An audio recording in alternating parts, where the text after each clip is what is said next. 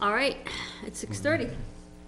We will call to attention the the January 28th meeting of the select board. I was looking at the December 27th meeting. December 27th. We'll start with the Pledge of Allegiance. I pledge allegiance To the flag of the United States of America and to the republic for which it stands, one nation, under God, indivisible, with liberty and justice for all. Okey-dokey. What do we got for manifest? All right, I'll make a motion to approve the accounts payable manifest of January 28th, 2019, and the payroll manifest for January 29th, 2019. I'll second. All in favor? Right.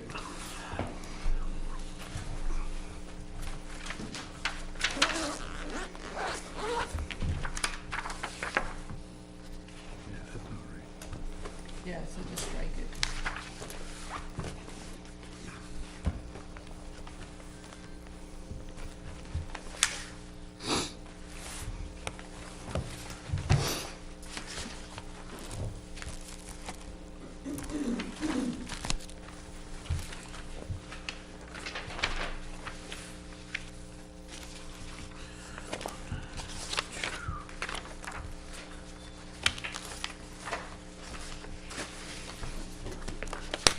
Next.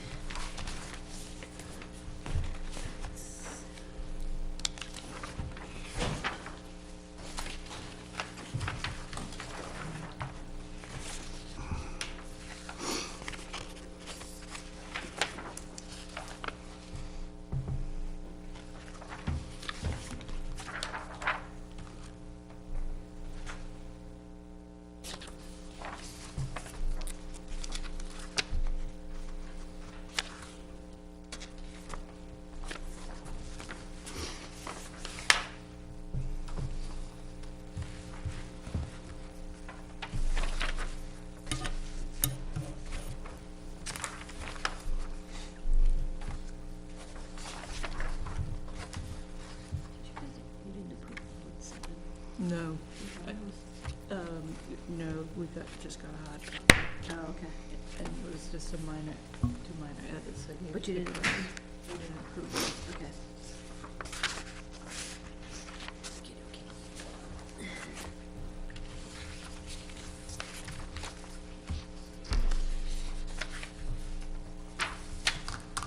Don, do you have a copy of the 1/7 non-public? Oh, this. Thank you. Those two edits.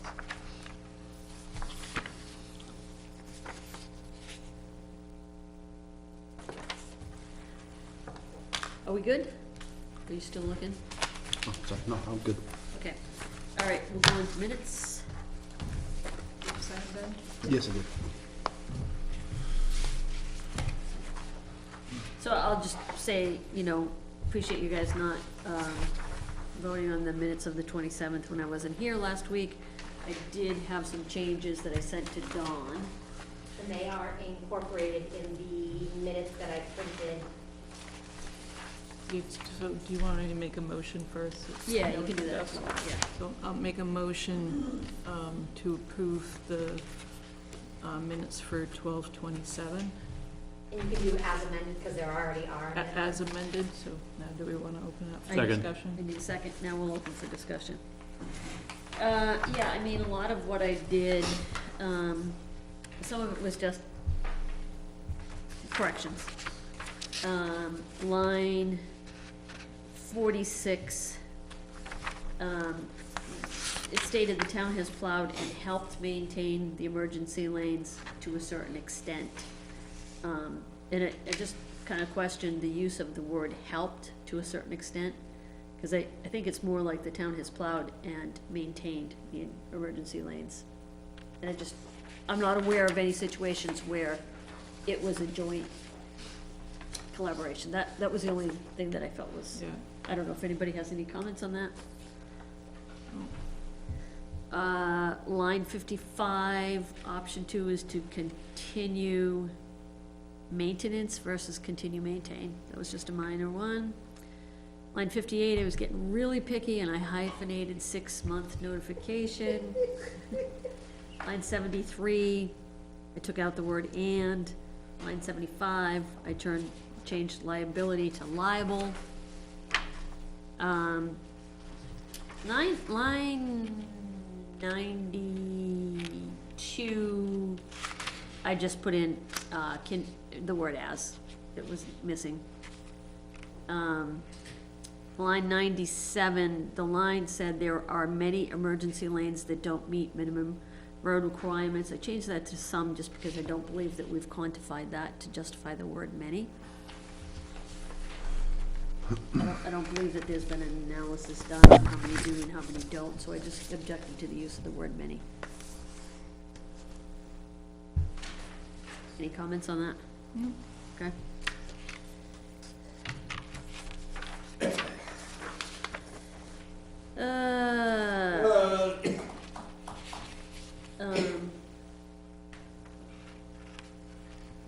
Line 145, or just a word correction. Line 147, again, workshops versus workshop. I guess that was one of yours, Charlene, 150.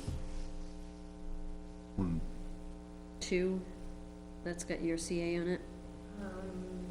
Looks like there are a couple of comments on that, 142, 143, and 152. 152, 153. Yeah, so it's 159 on mine, so I don't know. Oh, maybe it changed, but it basically is highlighted, it should not be up to citizens and petition warrant articles to accept So, it. yeah, so we wanna strike that, cause that's, I think, that's just, right, Tyler? Yep. Because somewhere else we state that it has to go before town meeting, Yeah. right? Yeah, Yeah, just strike that.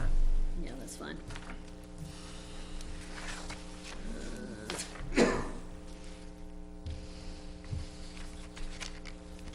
So Donna, your comment on 140, 141, with the paragraph that starts, Mr. Dumas asked what other towns do with emergency. Oh, yeah. Your comment is the next two statements appear to Yeah, contradict this yep. statement. Yeah, so Mr. Sterndale reported that there are no surrounding towns that utilize the emergency lane designation. Then it says, it appears there are only 6 or 7 throughout the state that use the designation. There are only 2 or 3 that will only plow plow roads as emergency lanes. So, I think it's misleading because the first line suggests that there's no other town that does it. No, it's surrounding towns. Is in Yep. our immediate neighbors. Yeah, but I think that that's a nuance that, people might not get. But that's what So- he stated, was that they're in, the surrounding towns don't. but Okay, so let's do. Statewide. So I would be okay if we said surrounding towns to Nottingham, to make that Abutting. distinction. Yeah, Or abutting is fine as well. But to me, those, just if you were just reading the minutes, it would seem contradictory to me. All right, so change surrounding to abutting. Abutting to Nottingham, or just put Nottingham in there so that it's clear that what we're talking about. is that door locked? There's people trying to, It is not locked. all right. So that's all I had. Minor picky stuff. It's open? Yeah.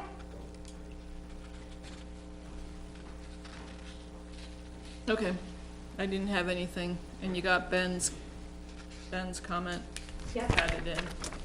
yes. All right, All right, so we'll take a vote. So I'm gonna just delete that sentence, Charlene, Yeah. for you. yeah. Yeah, so motion and second, Yep, so all in favor? as amended, Right. yep. Motion was as amended. Yep. Okay. So I'll make a motion, that we accept the minutes from 1/14/2019 as amended. Second. Ben, that was you? Yes. Any discussion? No, I'm good with those. All in favor? All right. One abstain, Don, which I know you love. And do folks need a refresher on the 1/7 non-public minutes?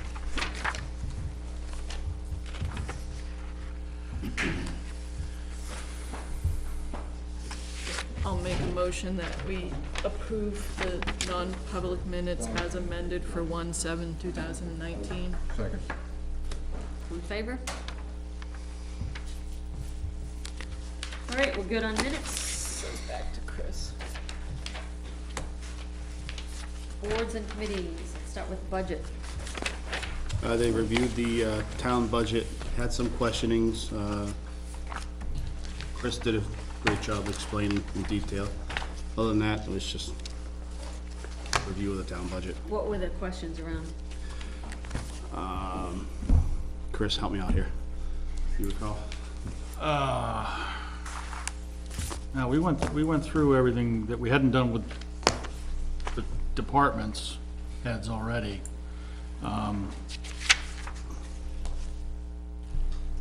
It was nothing major, really. It was just explanations of what things are and, I don't know, what did we talk, what did we spend our time talking about?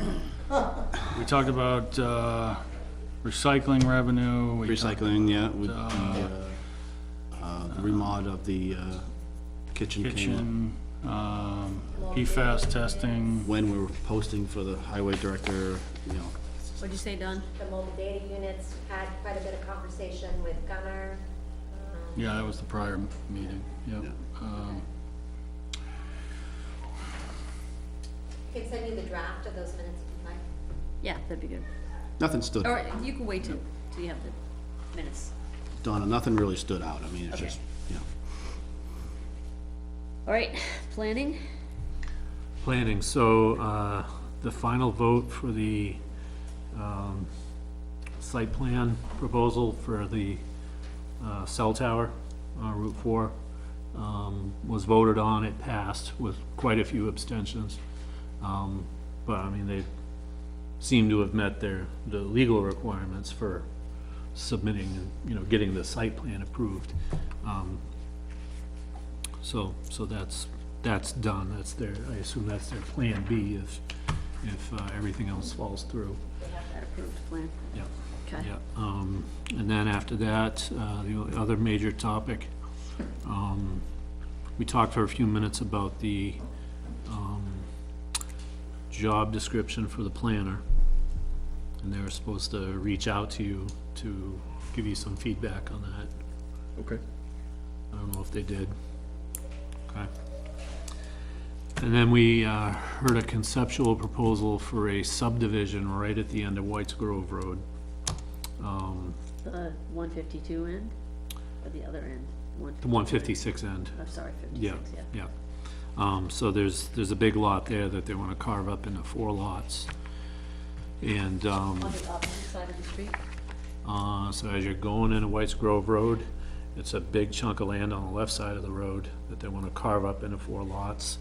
And then there's a lot, right at the corner that is going to, because the lots are, what was the reason?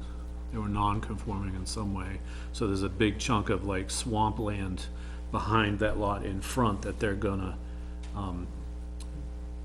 transfer to that guy, to that property owner, to balance out the non-conformity on the other side. I'll have to take another look at that, but, one of the big questions that came up was, who's gonna own the road? So what they're talking about doing is splitting it right down the middle, so that neighbors each own half of the road. And it just illustrates the lack of definition in Is the road coming off of the state road or off of the private road? the private road, Whites Grove. They wanna split ownership right down the middle between property owners.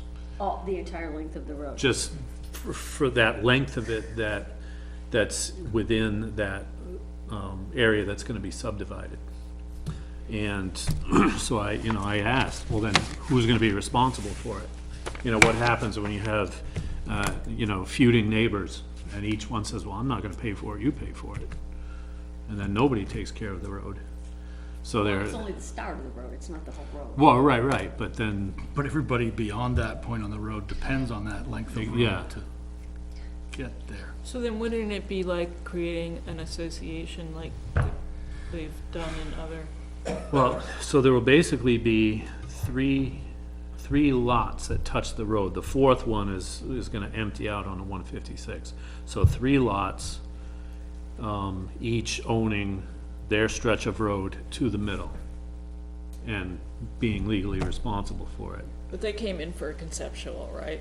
Yeah, and when we brought up concerns about their ideas for the road ownership, and then the next idea that came up is, well, we'll just deed it to the town and then they can take care of it. No, it doesn't work like that. That's not how a road becomes accepted as a town road.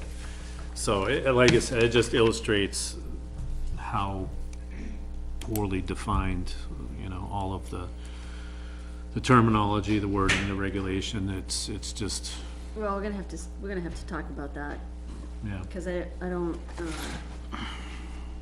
yeah, I mean, let's, Yeah, I weighed in on that with them, and I tell you, cause I kinda spoke for you. After that meeting, I was asked to reach out to the planning board and explain why this board wouldn't be dealing with it as a building on a private road, and it's because it's a subdivision, and the subdivision process takes precedence over that, right? So this is not something that would come to you as a subdivision before the planning board. And I said, I thought if it did come to you, you would probably want to talk about upgrading that length of road as part of that process, and I suggested that the planning board might want to consider that. So I put that in your mouth, and I just tell you that because I said that to them, is what I thought you would talk about if you did handle it. well, that's where I was that's kind of where I was just like sputtering a little bit here, cause it's kind of like, where do any decisions like that lie? Right? You know, That's a planning board decision, just like any other subdivision, whether it's new or Yeah, old, or. I actually don't think we should discuss it too much more because it came into I the agree. planning board as I a agree. conceptual. yeah, I agree. Right. You're right, you're right. Yes, it's all theoretical. yeah, I only bring it up in the academic sense Yeah. of the road problem. Okay. I'll do the master plan subcommittee. Sure. So we had a meeting, so we have finished up a review of all the action items, that were in the existing, master plan. Again, making recommendations that, some of the ongoing stuff get put into the narrative instead of called out as an action. But two of the chapters that we reviewed, the other night were one was the energy chapter. And, I kind of threw out that,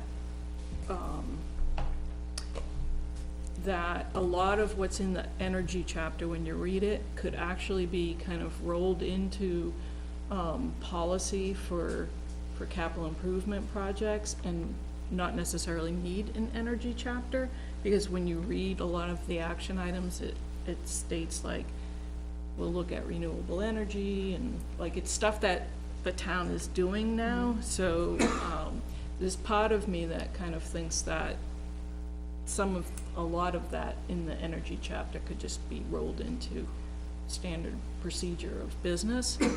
And then the second chapter we reviewed was the historic chapter. And a lot of what's in the historic chapter, some of it's currently being done by the historical folks, which they're not a formal committee or anything.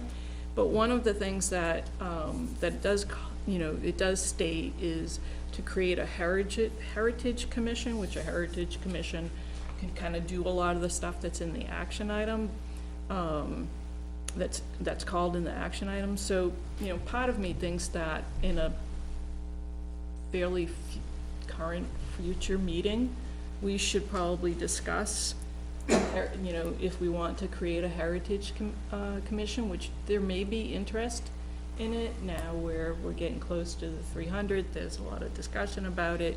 There seems to be a lot of activity within those folks, so we might want to look at that. And then I think when you look at a lot of what's in there, this is what that commission would do, So would it be as simple as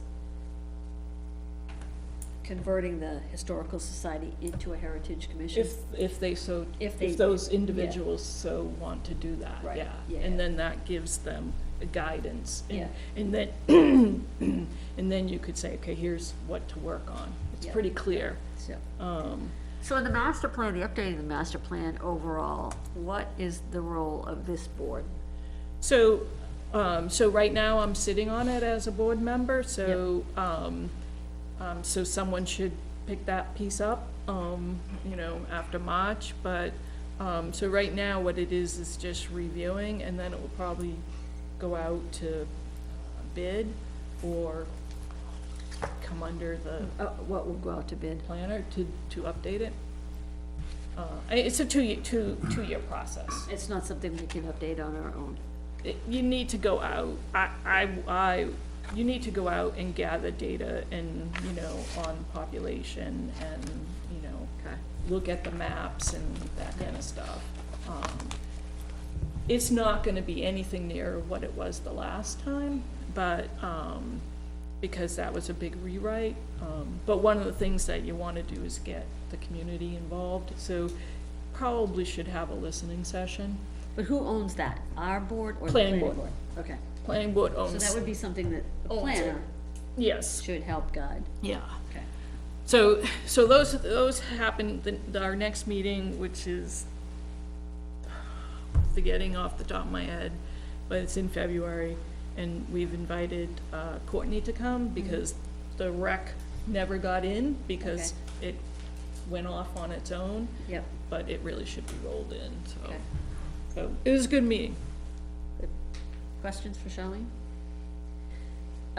You wanna do CIP while you're on it? Yeah, we're done, I think Chris sent out to you all the CIP, I didn't know if we wanna go over, are we gonna go over and give it tonight, or?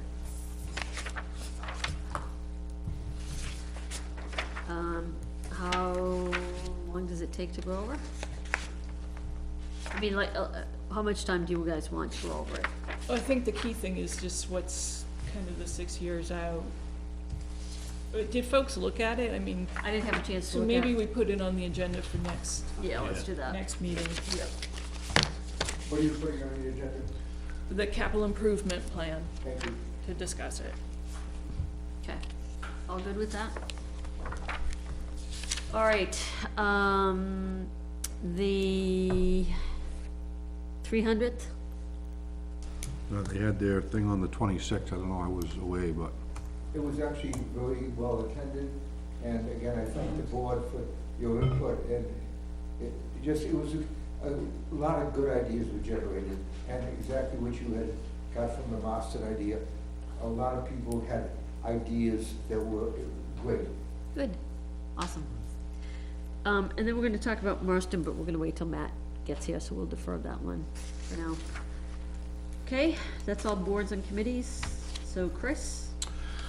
Most of what I have, you're gonna touch on later, so let me just send a couple things down. One question, we have a request from the library trustees to appoint a new alternate in James Kelly. With new folks, you have typically invited them in. Do you want us to invite him into a future meeting, to say hello, or do you, I mean, Is he a reappointment? no, Is he's it- new, that's reappointment, sometimes you just do it. Right. And I think we're waiting to hear if he's available on the 12th or the 11th, so. I mean, I know Jim, I know he's an author, a well-known author, so, I mean, personally, I don't have an issue with this, but if you guys wanna have him in it, as has been the process in the past, we can certainly do that. Yeah, let's do it. I don't know him, so. Okay. Second thing is a poll license agreement with Consolidated for a poll on Smoke Street. There are 3 places to sign there, if you would. Is this a new pole or an New pole. existing pole? New poll, the corner of a driveway and a street. Chris, I don't think Steve heard you. What is that called, please? An application for a new utility pole Oh, license. okay, thank you. And the last general thing is that the filing period for elective offices ends on Friday. Folks can go in. This Friday. Anytime the town clerk's office is open during the week, as well as from 3 to 5 on Friday, and the deadline is 5 o'clock on Friday. And we have Everybody out there who has strong opinions, now is your chance. 12 or 13 seats across 6 or 7 different boards. And how many people have signed up? Not 12 or 13, I know that. I don't know the breakdown where we are right now, but.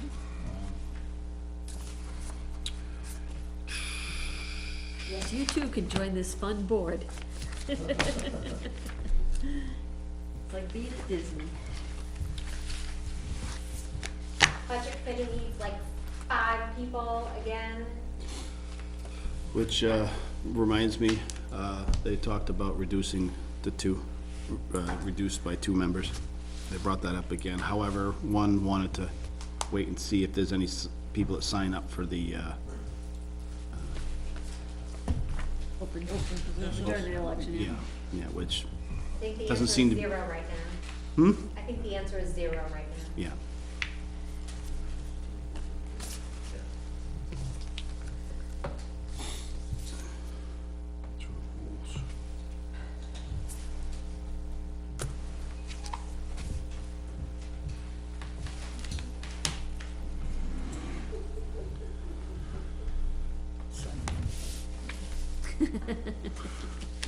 Cheryl? Cheryl, did you hear what you just said? No, I'm sorry. She's gonna, Budget committee has openings? she's gonna sign up for the budget Short committee. term, only a few months. Have you seen me do math? Come on. No, Charlene just said she's gonna do it. Excuse me 1 second.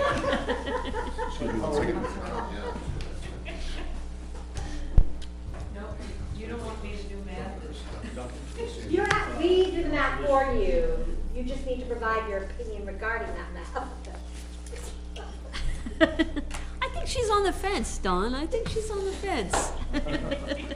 It's just a few months. All right, Chris, budget. You wanna Do you do wanna do that, or do you you done? your appointments? Yeah, I'm do you good. wanna switch to the appointments? You wanna do your appointments? Because we're behind. Oh, sure, okay. You can make them all sit through. I wasn't watching the time. All right, let's switch to our appointments, Conservation Commission.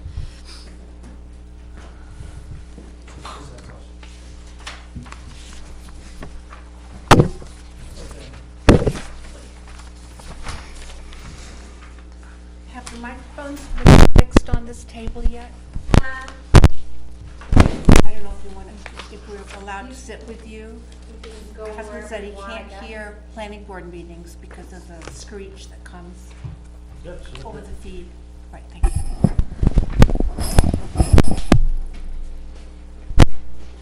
Thank you, Chris.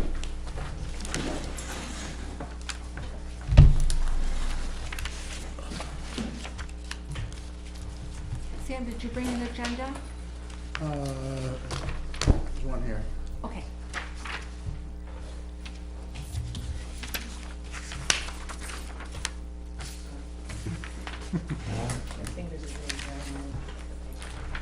It's gonna be on the front page.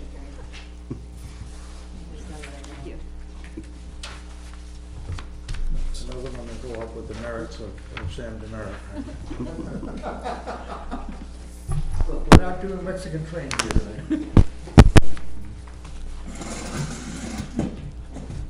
Good evening, members of the board.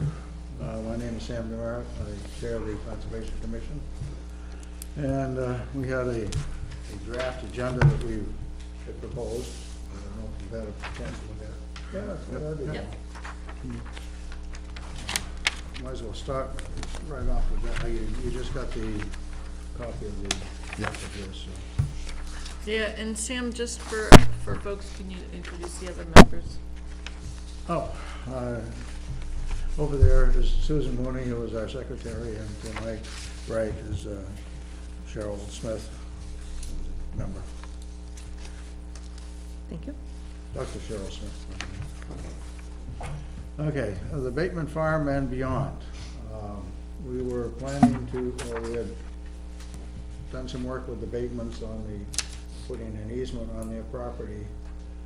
And since that time, there's been a medical emergency in the family. They've decided to go ahead and sell the farm. So at this point, everything is off as far as what we had proposed. We may work with the new owners if and when that happens. Do you know whether they've been receptive, or you haven't even met them yet? I haven't even met them. Okay. I did hear some reports that they might be, but I have no idea how much money it would be interested in doing it. I think they're trying to operate a small seasonal business outside the economic zone, so they're going to the planning board, I think, for an exemption or something like that, so. And I think they wanted to keep, they're interested in maintaining farming. Yeah. right? Yeah, so, But this would be a side business. They probably wouldn't actually do the farming, but they would lease part of the land out to somebody else that wanted to put some cattle or whatever on Yep. it. Yep. but we put that in there just because it's still something that's a possibility. Sure. Yep, yep. So would this like have to be done every time the property is sold? So once it's in place, it's Well, in place? once the easement is in place, that easement, just transfers from owner to owner. Okay. And the new owners would be bound by the restrictions that are in the easement. So when you've got your conservation fund balance of 287K,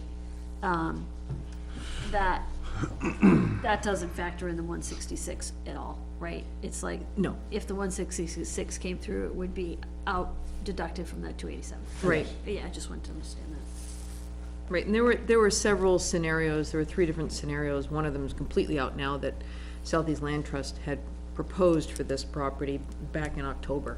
Yep. And that, one of them was basically finishing things before the end of 2018. Well, obviously, that didn't happen, and then the others have basically been kind of thrown out the window because we don't know what's happening with the new owners. Okay. So that's just the broad range that we had from Southeast Land Trust, but Sure. those numbers could change very much depending upon the new owners. Sure. So that's the only thing on the short pending list at this point? Yeah, we've had some other inquiries, but nothing that's any, Nothing concrete. Okay. and then the others were just to let you know that the total that came through from the 3 projects that were closed last year was 86,788, that went out for those 3 projects that are complete. Okay. And there's notes at the bottom in terms of what those projects, Yep. in terms of land, et cetera. Cool. What were those 3 projects? So the 3 projects are the Trininco project, 15 to 35 acres. The other one is the Kennard property, which the town owns, so that finally went into full easement and with a fee for monitoring in perpetuity by Bear Paw. And then the other one is the Shippey Rice property on Garland Road. They put the back 8 acres into a conservation easement, so that is along the North River. Thank you. And Bear Paw holds the easement on that also. Correct. And it abuts conservation land. It abuts conservation land to the North. northwest or whatever. Essentially Yeah, and that Shippey Rice is a donated easement. There was no compensation to the owner there. is about, 500 foot of frontage, I think, on the North River. North River, correct.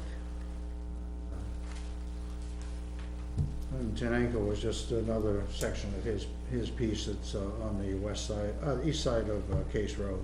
Right, and that had just under 2,000 feet of frontage on Case Road. Thanks, you guys. I always appreciate this format. Any questions on Nope. that so far? Okay. We've done the required conservation easement monitoring, including the deed restricted areas up in the Highlands. There was only one problem up there, and I've referred that, I've sent a letter into DES because it's a wetlands issue. I'm not sure at this point whether that wetlands is big enough for DES to, come into play on that or not, I suspect I'll hear from them pretty soon. I just did look it up last Friday, I guess. I dropped it off at the office, along with another one on, why am I blanking out on the road? Bardary Lane. It's, you know, that they do, I know they have enforcement powers over that one because it's on Pawtucket. I think that's about it on as far as easement monitoring reports and possible violations. Like I said, I sent that one, I took that one up to DES on Friday also. This, we're talking about the roads in the winter, about the amount of sand and salt, and the Japanese knotweed that's alongside in a number of places. I think the people on Garland Road were fairly satisfied that there was a lot less salt used on Garland and there was more sand. This past major storm anyway. I haven't heard from anybody else. Sam, can I say something? A couple of weeks ago, my husband and I were coming back from Durham from a hockey game, and we take back roads through Durham and Lee, and it was the roads had iced over, and there was a sea of salt everywhere, big chunks and tons of it. As soon as we hit the Nottingham town line on West Pond Road, the salt disappeared, and it was a gentle mix of sand with probably a little bit of salt in. And I was so proud that I lived in Nottingham. So you can pass that along to your road crew.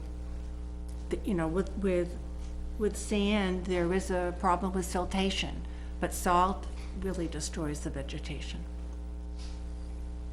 So it's an improvement. Yes. So on the Japanese knotweed, so we put in, you know, that proposal to Antioch College and didn't get selected. But Liz had brought up that,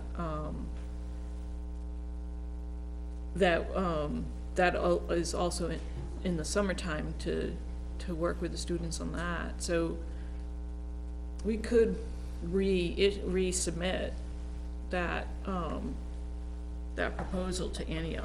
Yeah, I think it was, I don't know if that was definite that they had summer projects. I think that was a possibility that they were going to do Oh, summer okay. projects. So maybe Liz can check Yeah. into that and see. So I think that was potential, Yeah. but not confirmed. As it is now, it's winter projects for them. And Right. But, you know, probably would be worth another shot. now, Sam, you had received, or we had received, a brochure from Doug Sycan, who is the state invasive species vegetation person, and I believe he passed that on to the BOS, this pamphlet on managing knotweed and things like that. Couple, yes.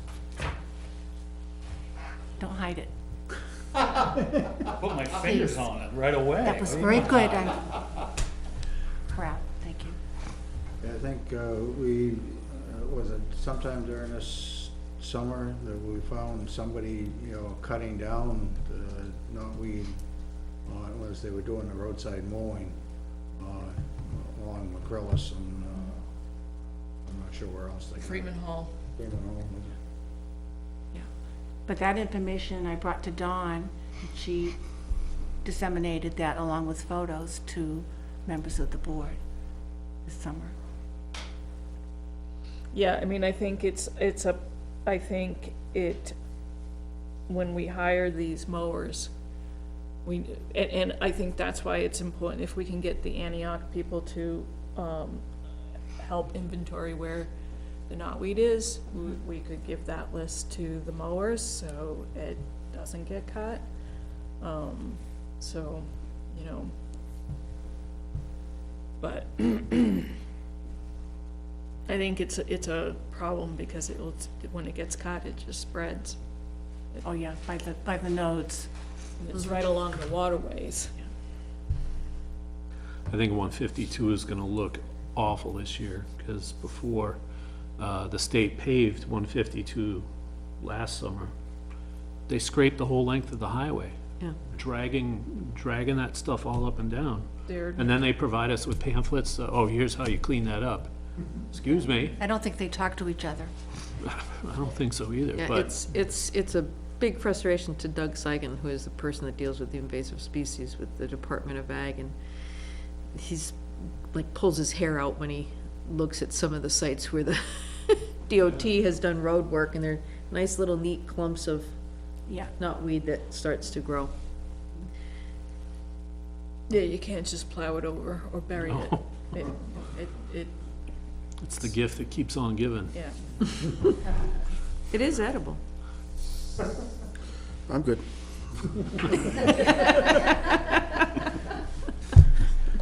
I don't think you eat the big stalks. Yeah, just the Maybe one No. shoots Little one. ones.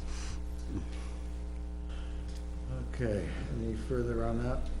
Anybody here? There was a bat study, bat survey study done, and there were, I think seven, well, it was two locations in Nottingham that had a total of 7. Yep, so we've got, it's, let's see, 7 stations and, oh, let's see. 7 species: big brown bat, eastern red bat, hoary bat, silver-haired bat, eastern small-footed bat, little brown bat, and tricolored bat were all recorded. They set out recorders so that they could tell by the bat calls. And the manual review of the high-frequency call confirmed the presence of the state-endangered eastern small-footed bat, little brown bat, and the tricolored bat. So present In Nottingham. in Nottingham, and particularly along the North River. Yeah, our property was one of the sites that they studied. Oh, really? Yeah, well, because we have 2 bat houses, and we've had what is called a maternity, like a maternity ward. Oh, really? Colony. Colony. Breeding ground. Yeah, where, yeah, so we've had up to 19 bats in our bat house. We have At heard one people, time. your neighbors calling you Batty. Yeah. Sorry. well, yeah. That was for Steve. Thanks, Steve. Well, no, that's not, I was concerned, I thought it was Red Sox season.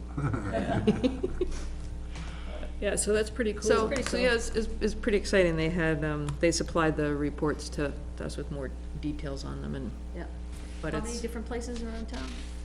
Well, there were 2 locations, but there were, I think, there was some in their Neck of the woods. backyard. right, and then so also, and then back towards the river, and then, so they located the recording devices in I think they had several one locations. device down by Freeman Hall, the bridge where the river, goes under Freeman Hall, and then in our backyard, and then There was a couple of others. I don't have them right in front of me here, but, Well, I think there was someone, just on, one side or the other of Case Road. right. Case Road. Right, so they had, there was 1, 2, 3, 4, 5, 6, 7 sites in Nottingham, 1 in Lee, 2 in Epping, and 1 in Raymond. So Cheryl, what do we do with that information? I mean, other than it's really cool, right? But, Well, I mean, some of it with the long-eared bat, that's one of the ones that has restrictions in the time of when forest trees can be cut, because they actually stay underneath the bark. okay, So that limits it to winter cutting, right, Sue? Yes, you can't cut between the end of June to the 1st of September. Right, That's for areas breeding- where there's long. breeding season. So that's, I mean, that's pretty much a state Yeah. right now. yeah.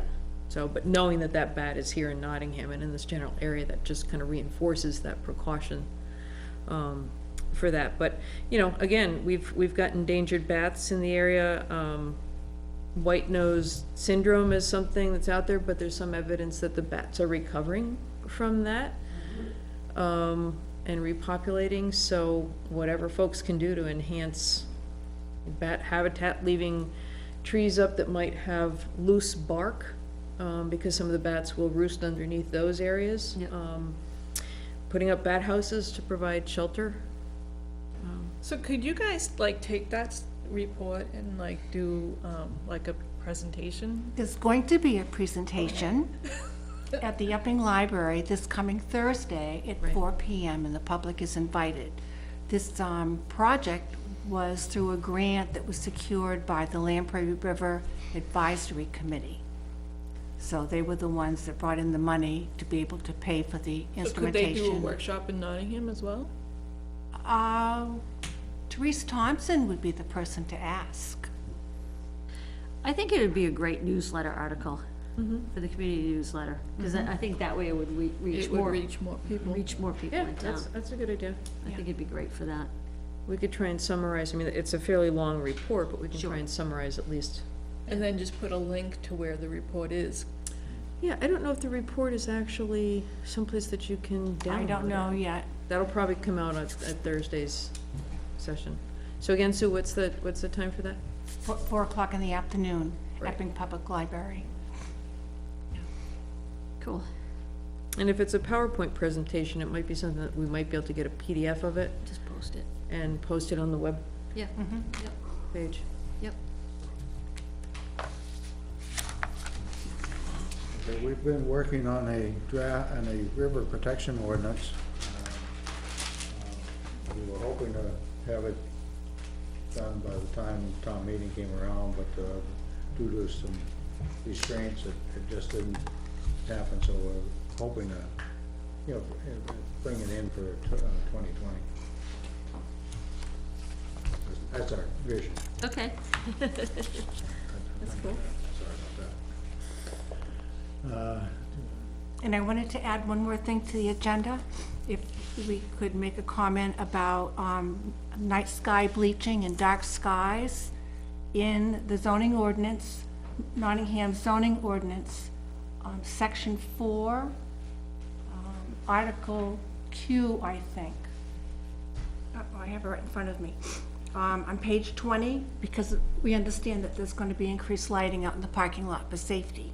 And there's some guidelines in the Q section, 4 comments about statement of purpose and why the ordinance has been created, some regulations, exceptions to control of glare.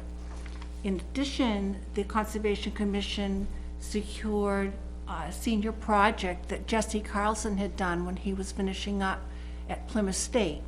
And that document, his senior project, is on the Conservation webpage, and there's a link to his document, his thesis, and then also another attachment that illustrates these are good lights to use and these are not good lights to use. So I just wanted to pass that information along to you in your consideration of dealing with lighting for safety outside this building. So Sue, is that something else that, I mean, those lights, good lights versus bad lights or whatever, that you could, write an article about for a future newsletter?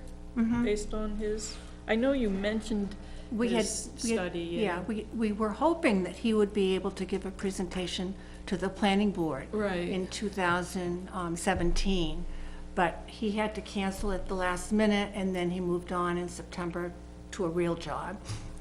So, but during that time, we had done that. But certainly I can put that in the next newsletter article, along with the bats. Yeah, or do the bats in one and the lighting in the Yeah. next Yeah. one. So, are you guys, can I, Ladies and gentlemen, so, yes, thank you. sorry, Charlene. No, I hate that, so, and here I am using it. Are you folks aware of the new wetlands rules? And we got a, copy of the New Hampshire Rivers Management Advisory Committee to DES regarding proposed wetlands rules, the ENVWT 100 to 900. And in it, you might, I forwarded it to Cheryl. Right, So and I she can forward it on to the to rest of you. And you guys. got it from Therese, right? You folks, yeah, from Therese. It's a little concerning, of they're basically taking some local control out of the municipalities and putting it at the state level around wetlands. So some of the permitting process So here's review. just an example. The proposed rules for PBNs also eliminate local conservation commission review, eliminate butter notifications, and reduce review time from 10 days to 5.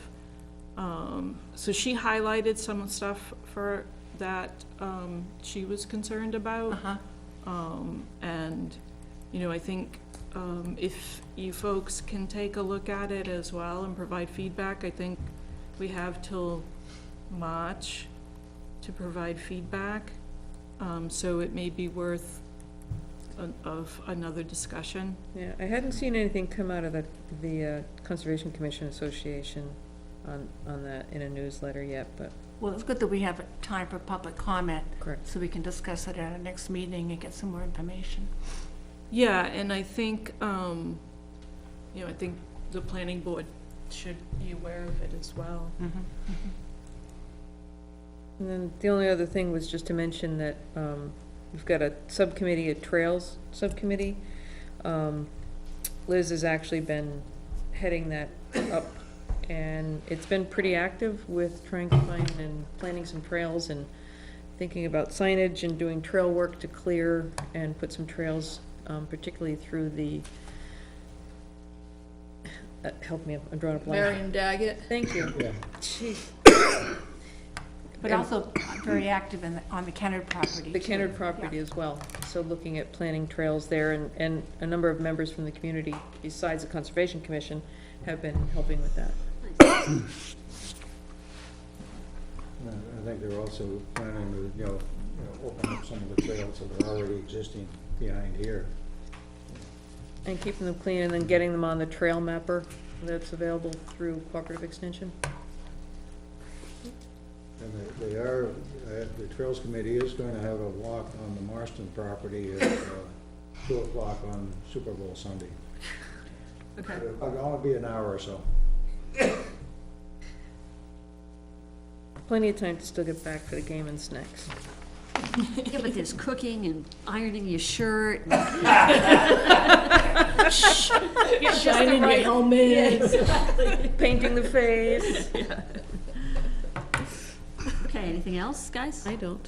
I think that's it for us. Does anybody have any questions or thoughts from the Conservation Commission? Nope. No. You're welcome to come to any of our meetings. Well, I appreciate you guys coming into ours. Of course, most of them are on the same night you're meeting. Yeah. Fortunately, yeah. Good, thank you for coming in. Thank you. Thank you for having us. Thanks.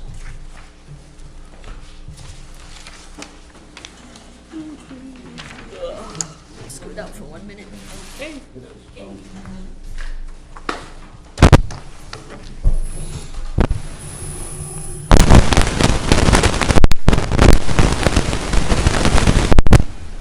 Are we in a 2-minute recess? We're in a 2-minute recess. Is this for them? 1 minute and 30 seconds. Separate thing. 6-month extension? No.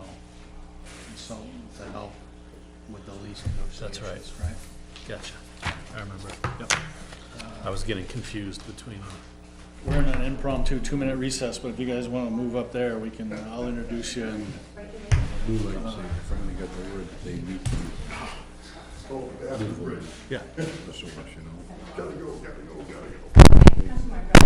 Okay, I'll water. Okay.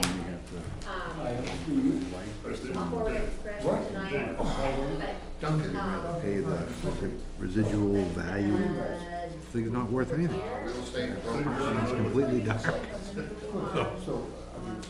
I'm getting somewhere. But we qualify for some sort of credit.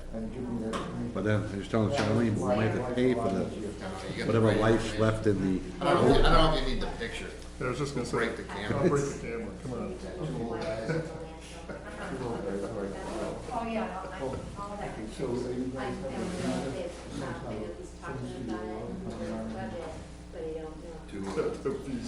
Piece of, yeah. We're actually here to help try to create some revenue.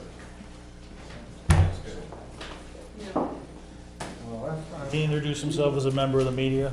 Yes. Okay, good.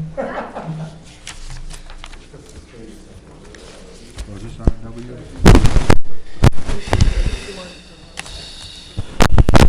Are interested in getting Oh, with the RFP.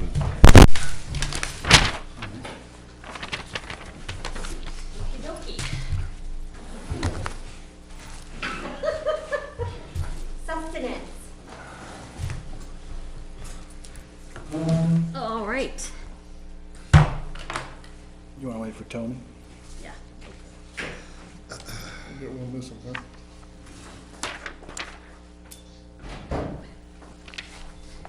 You would have that. These are two separate things. Correct. Okay, This, yeah, this won't come up during this. okay.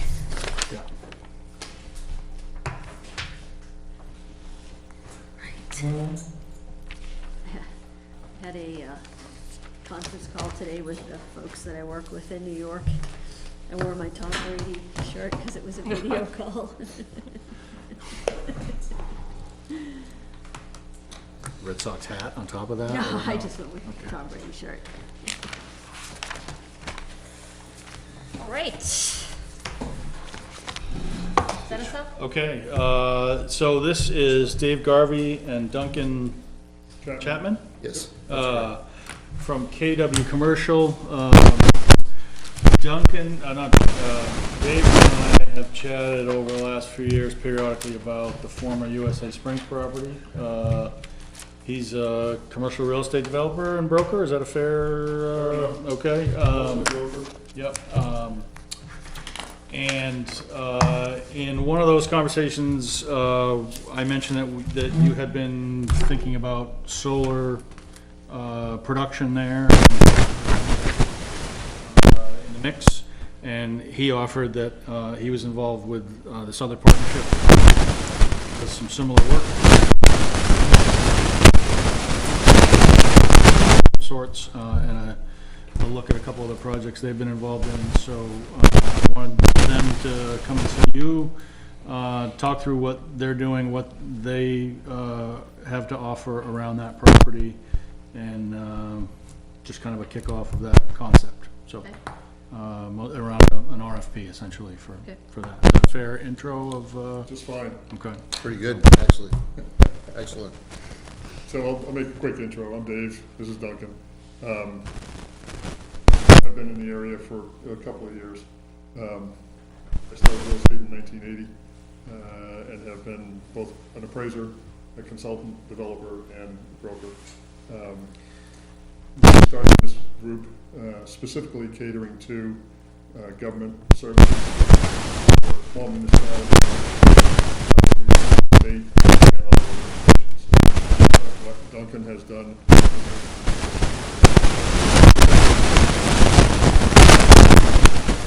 and so he was just finishing off one over in Keene on the way in tonight. So As far as the proposals go, so. When you look at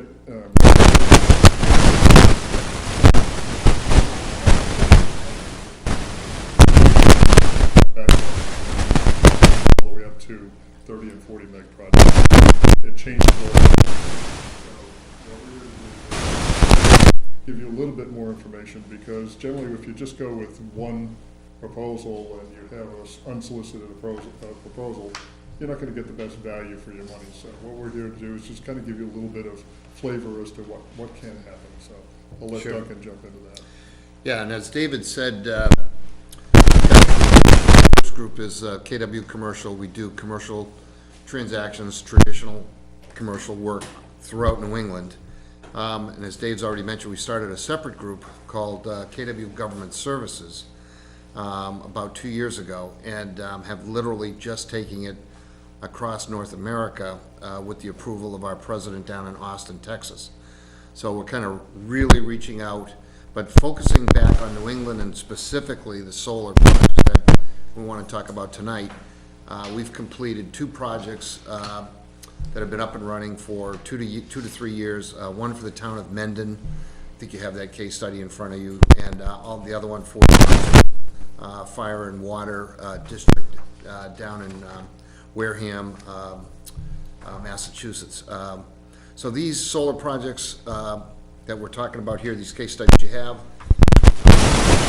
public land where the public government entity has leased the land to the solar developer to pay rent, a minimum of 20 years within usually 3 to 4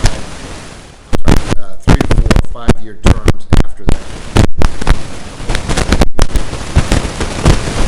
Pull those off. Usually 20 years for the landowner. Now, in addition to leasing the land for this development, the in fact get involved in acquiring power from that particular solar generation facility, if that's something you want to do. They're two separate transactions. The second, but again, Massachusetts, each city or town could buy up to 10 megawatts of power. You know, a small town. Do you guys have a wastewater treatment plant? Yeah, so, you know, you have your schools, you have your public buildings, your total load, megawatts. But again, that's something you could look into. The solar companies love to do power purchase agreements, you know, whether it's with you.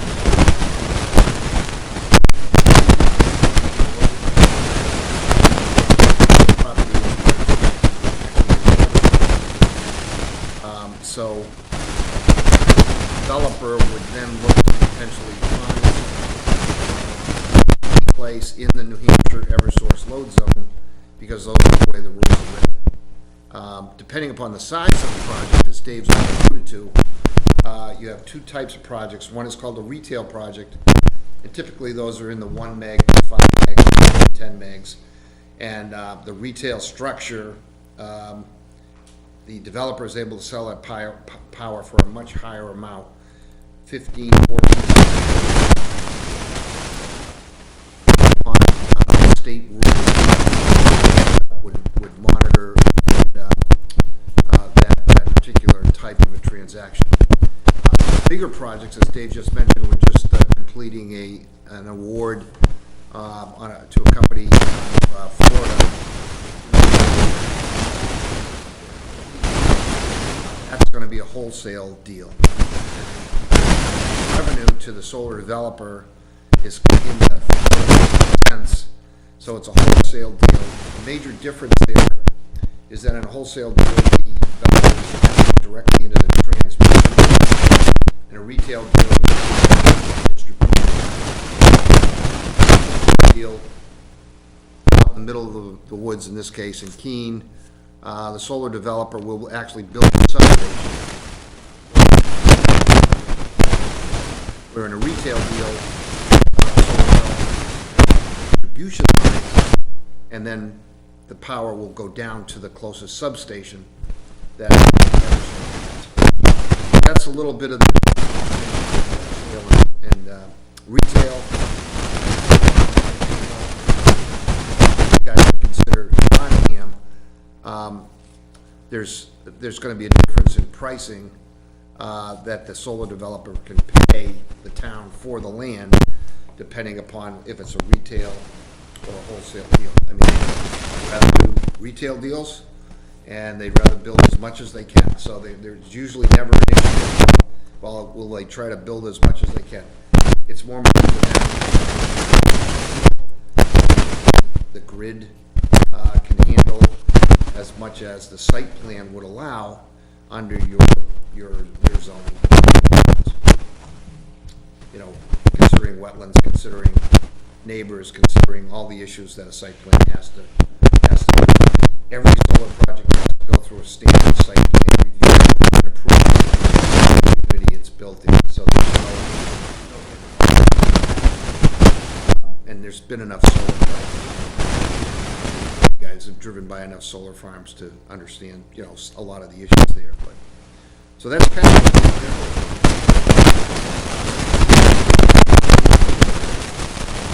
for a government entity, the amended project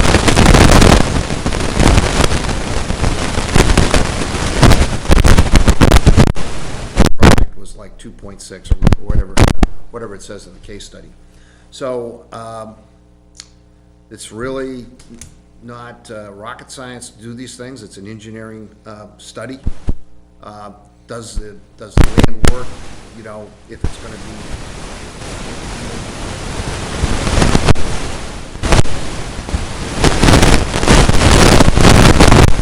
lines and it's a wholesale play. These developers like to build a minimum of 30 megawatts, which you figure about 4 per megawatt. So 30 megs would be, you know, times 5, you know, 150 to 200 acres of a solar farm, solar generation facility, in a wholesale play, again, utilizing transmission lines. Retail, New Hampshire has really focused on 1 megawatt site. Every state has a different approach to renewable energy and how solar is applied. There's many folks in New Hampshire would like to see that be bigger than 1 megawatt, but it is what it is. What's right for New Hampshire. In Massachusetts, it used to be 6 megs at the most in one place. They've dropped it down to 5 megs. They're on their second program in Massachusetts. One has already built 6,000 acres of solar. The second program will do about 6,000. And between the utilities and the legislature in cities and towns, the program keeps evolving to try to get the best development practices, you know, for the state of Massachusetts. Right now, that includes the preferable is to put it on buildings, on landfills, not put it on farmland. They're not saying you can't do it. To farmland and converting it to solar. Now that doesn't make a lot of the farmers happy because they're fighting to try to get the taxes that they have to pay every day. So, but again, the legislature works out, you know, with the solar developers and the utilities what is right. Things that we need to kind of go over a little bit is what we bring to the table and what we do. You know, one of the things that we did exactly promulgate the RFP, and I think we had, what, 4 interested parties. Yep. It got down to 2 bidders that were serious. Now, this is all conceptual. They're not even sure they can build this thing out yet. But the difference in value to the client was 40% difference from one developer to another developer. So, obviously, we all know through a competitive bid process, that's where the municipality or the landowner is going to get the best.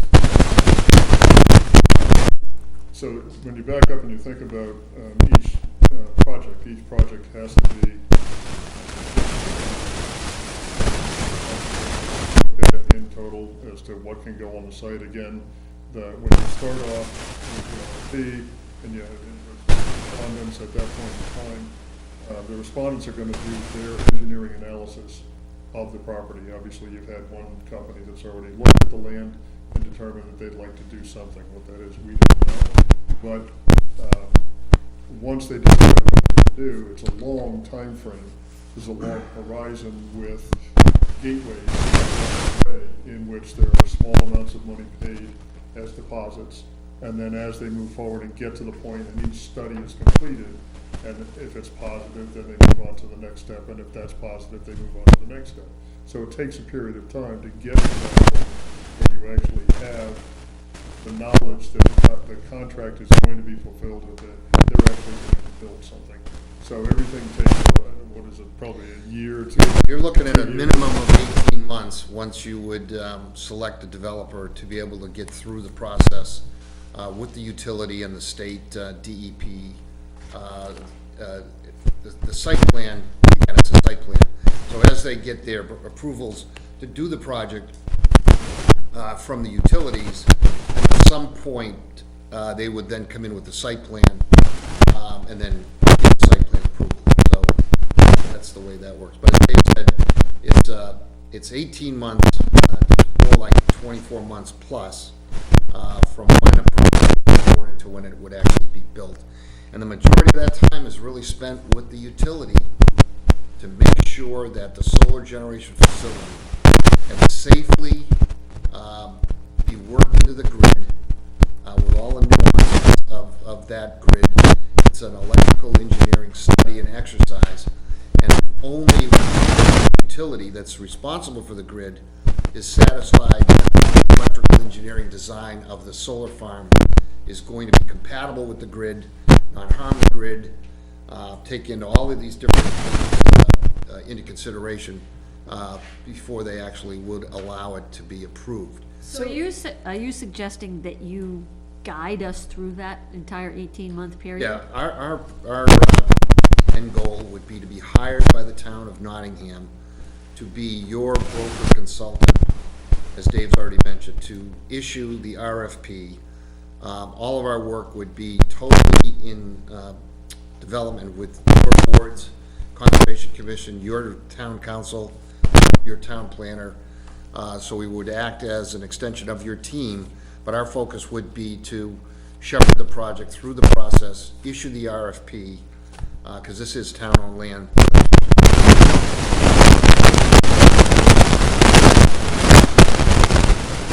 Work with us to understand what, what our goals are.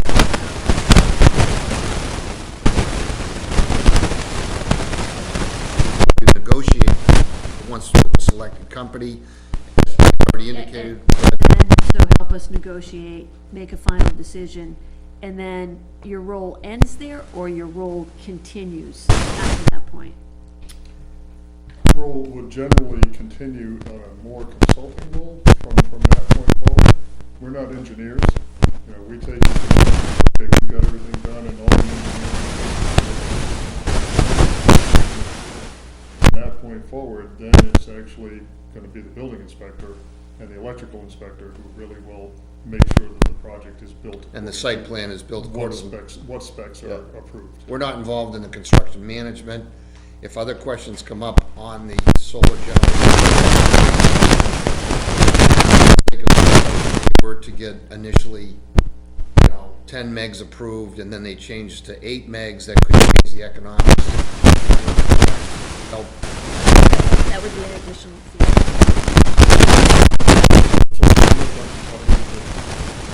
Right. Our fee would put out of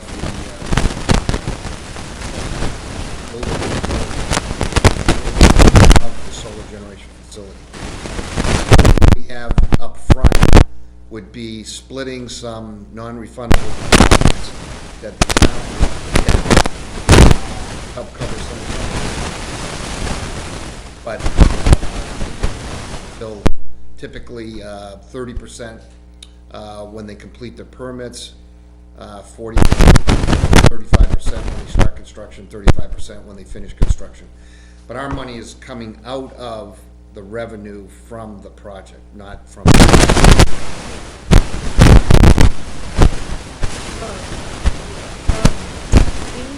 the RFP, call out the feasibility study and the impact study.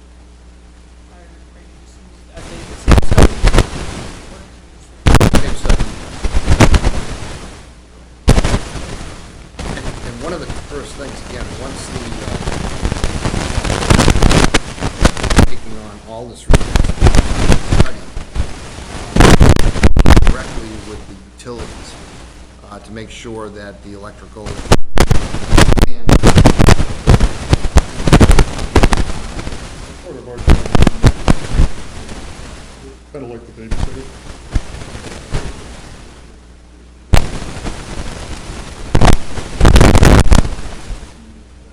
At a pace that's going to make sure in a certain period of time. You're effectively acting as a project.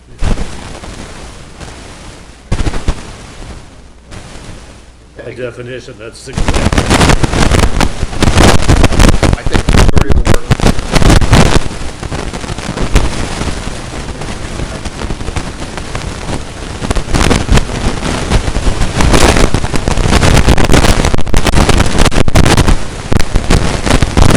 companies that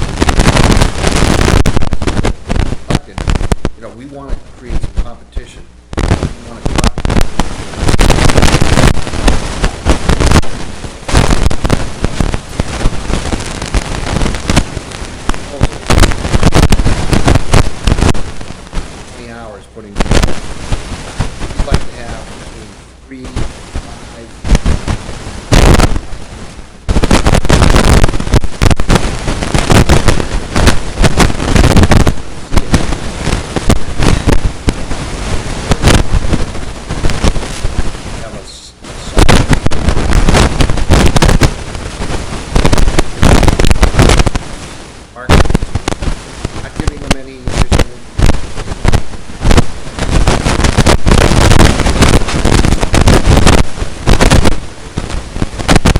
a little bit part of it, we worked with other cities and towns.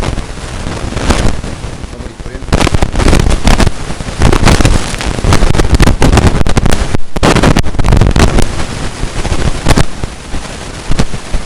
Difficult, but there's a process to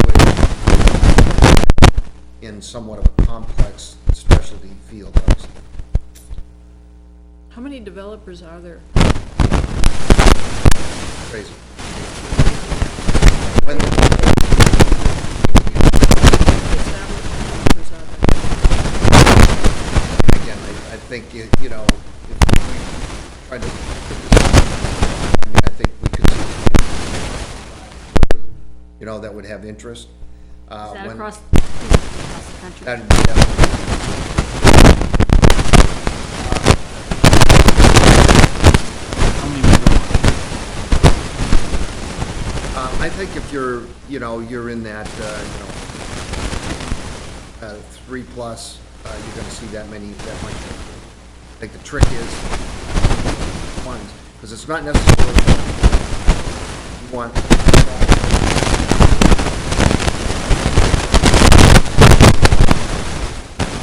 and that,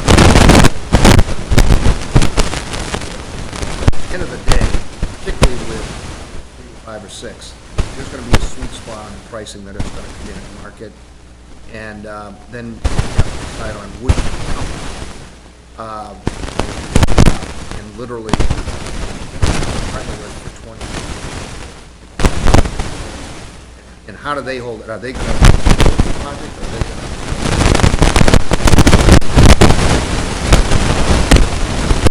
Are you guys familiar with the lot involved? Have you, I haven't seen it yet, I Dave. have, well, how would you scope it?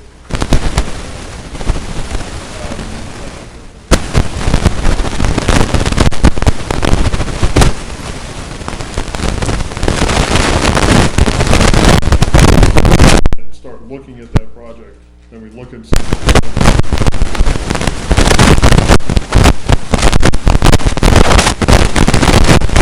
Like somewhere towards the back of the property, but I'm not sure. No? No? But there Not is 3 transmission. phase in the street, I think we can.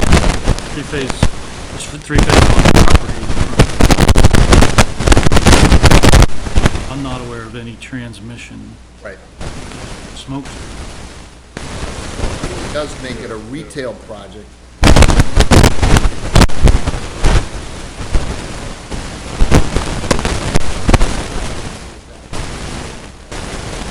There. Be able to put a project like this in place, there may be an opportunity. If they see the value of the power so much less than going to another.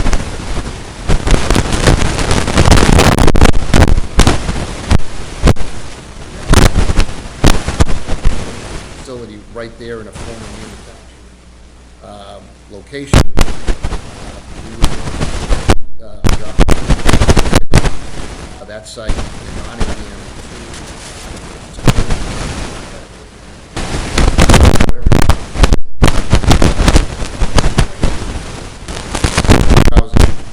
I mean, again, I don't know, but if it's former.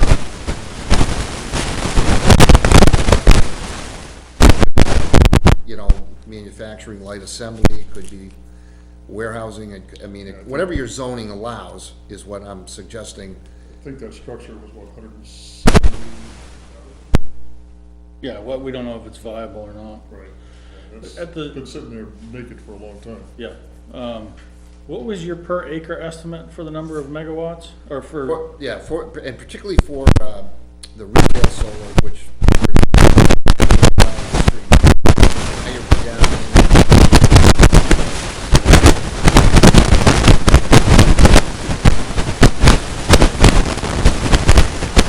But as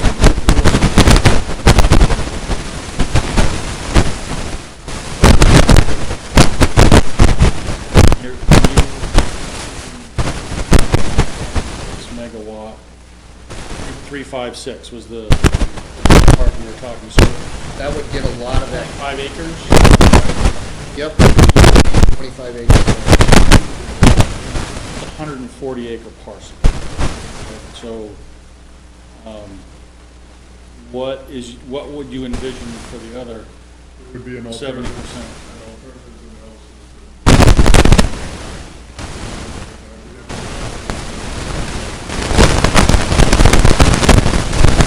analysis. Once we completed that process, then we know what are the other things that could go there. So this really is in your head is it wants to be an end user with a power production. End user, you could be talking about a small industrial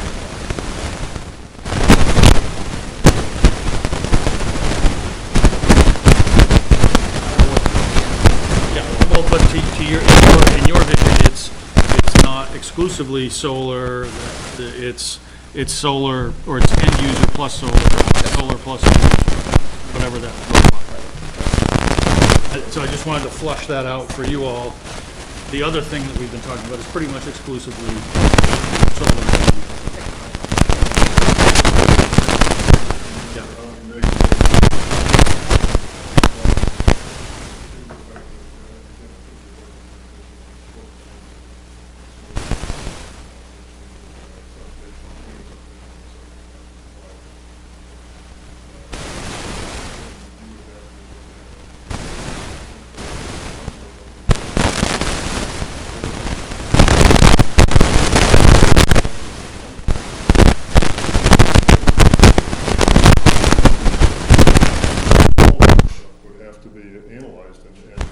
Determine whether or not it's viable.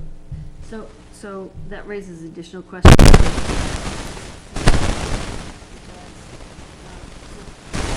Really talking about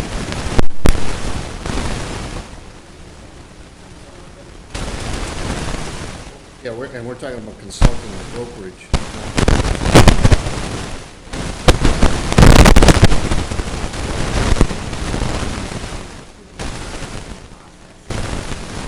is that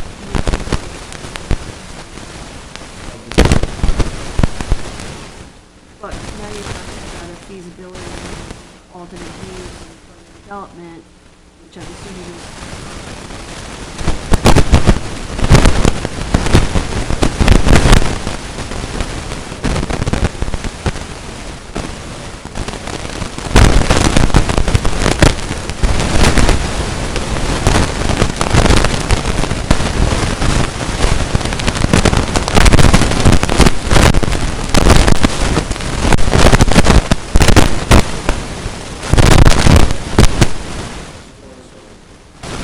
just that it's so complementary, obviously they have some of the jobs.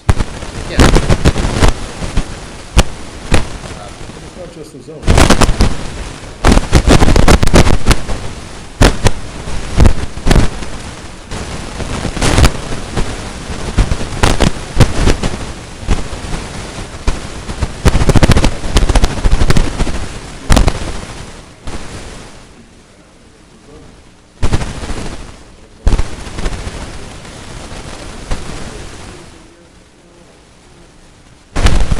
get it up to the RFP process, right? And so we're at that point, okay.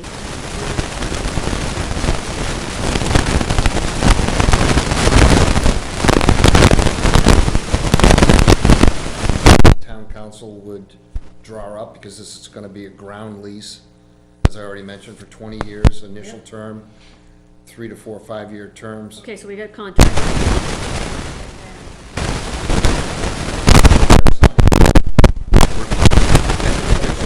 We're at that point, but at that point, we're also gonna monitor and cajole, push, however we need, or you need to make things happen. You know, that.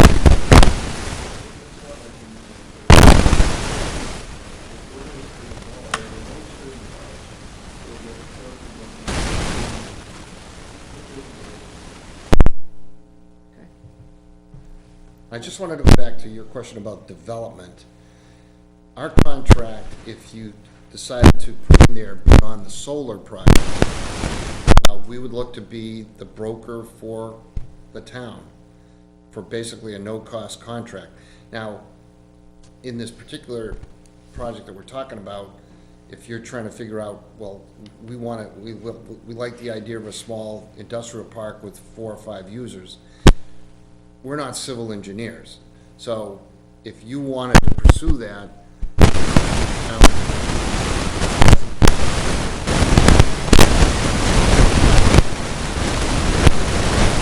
but we're not engineers, we're not land use planners.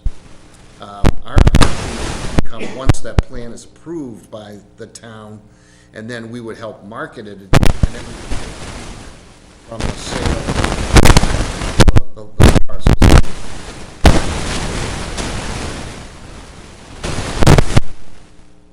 Others?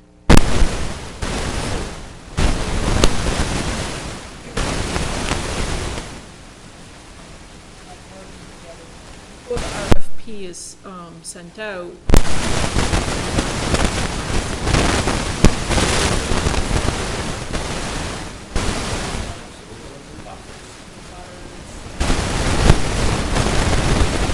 the wetlands and Yeah, I think we would put some Build things, that into the absolutely, we would put that into the RFP. Boards want, to be constraints or restrictions, we put into the RFP immediately. So that the potential bidders, understand the town. You want the bidders to have 100% of the parameters within that RFP, so they know. You're talking just beyond solar, right, though? either way. Either way, Yeah. either way. Okay.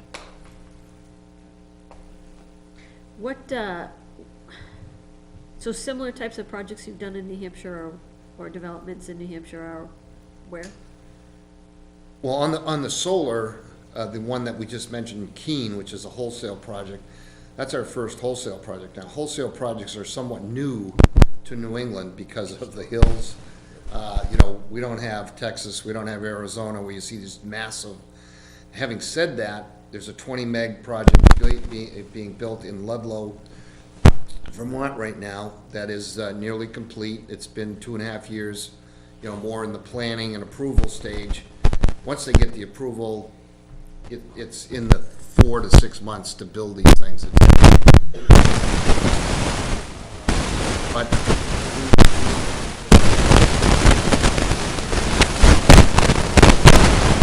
I've tried one on a property that we own over in.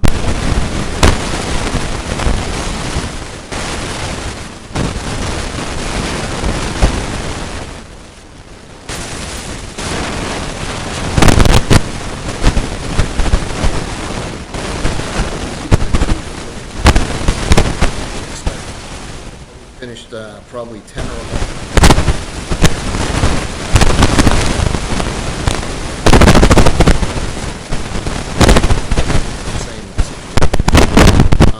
They don't Those are all net metering? those are most all part? net metering up to this point. It's starting to go away. And again, each state.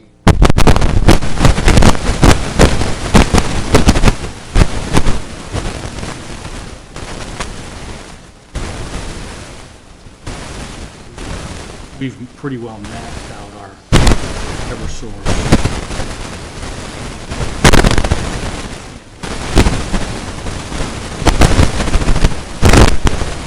Perf, because Right. we're out of the. Which is great, I mean, You're out of luck. well, then, I mean, you've already taken advantage of that.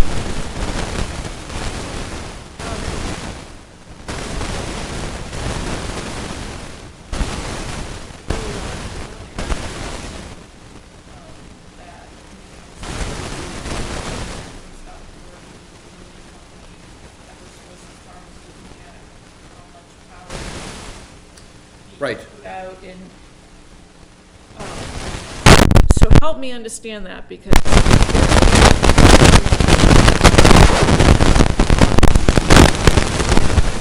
Yep.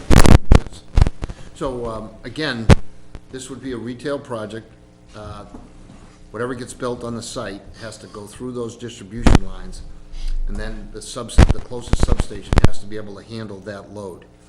So the developer, in addition to paying for the solar farm, has to pay for any upgrades on the distribution lines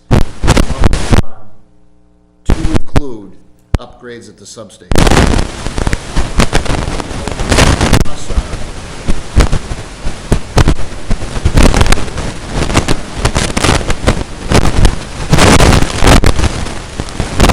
Any place from $40,000 to $100,000 pay the utility for the study.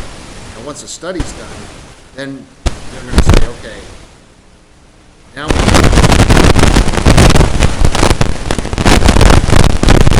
number for the sake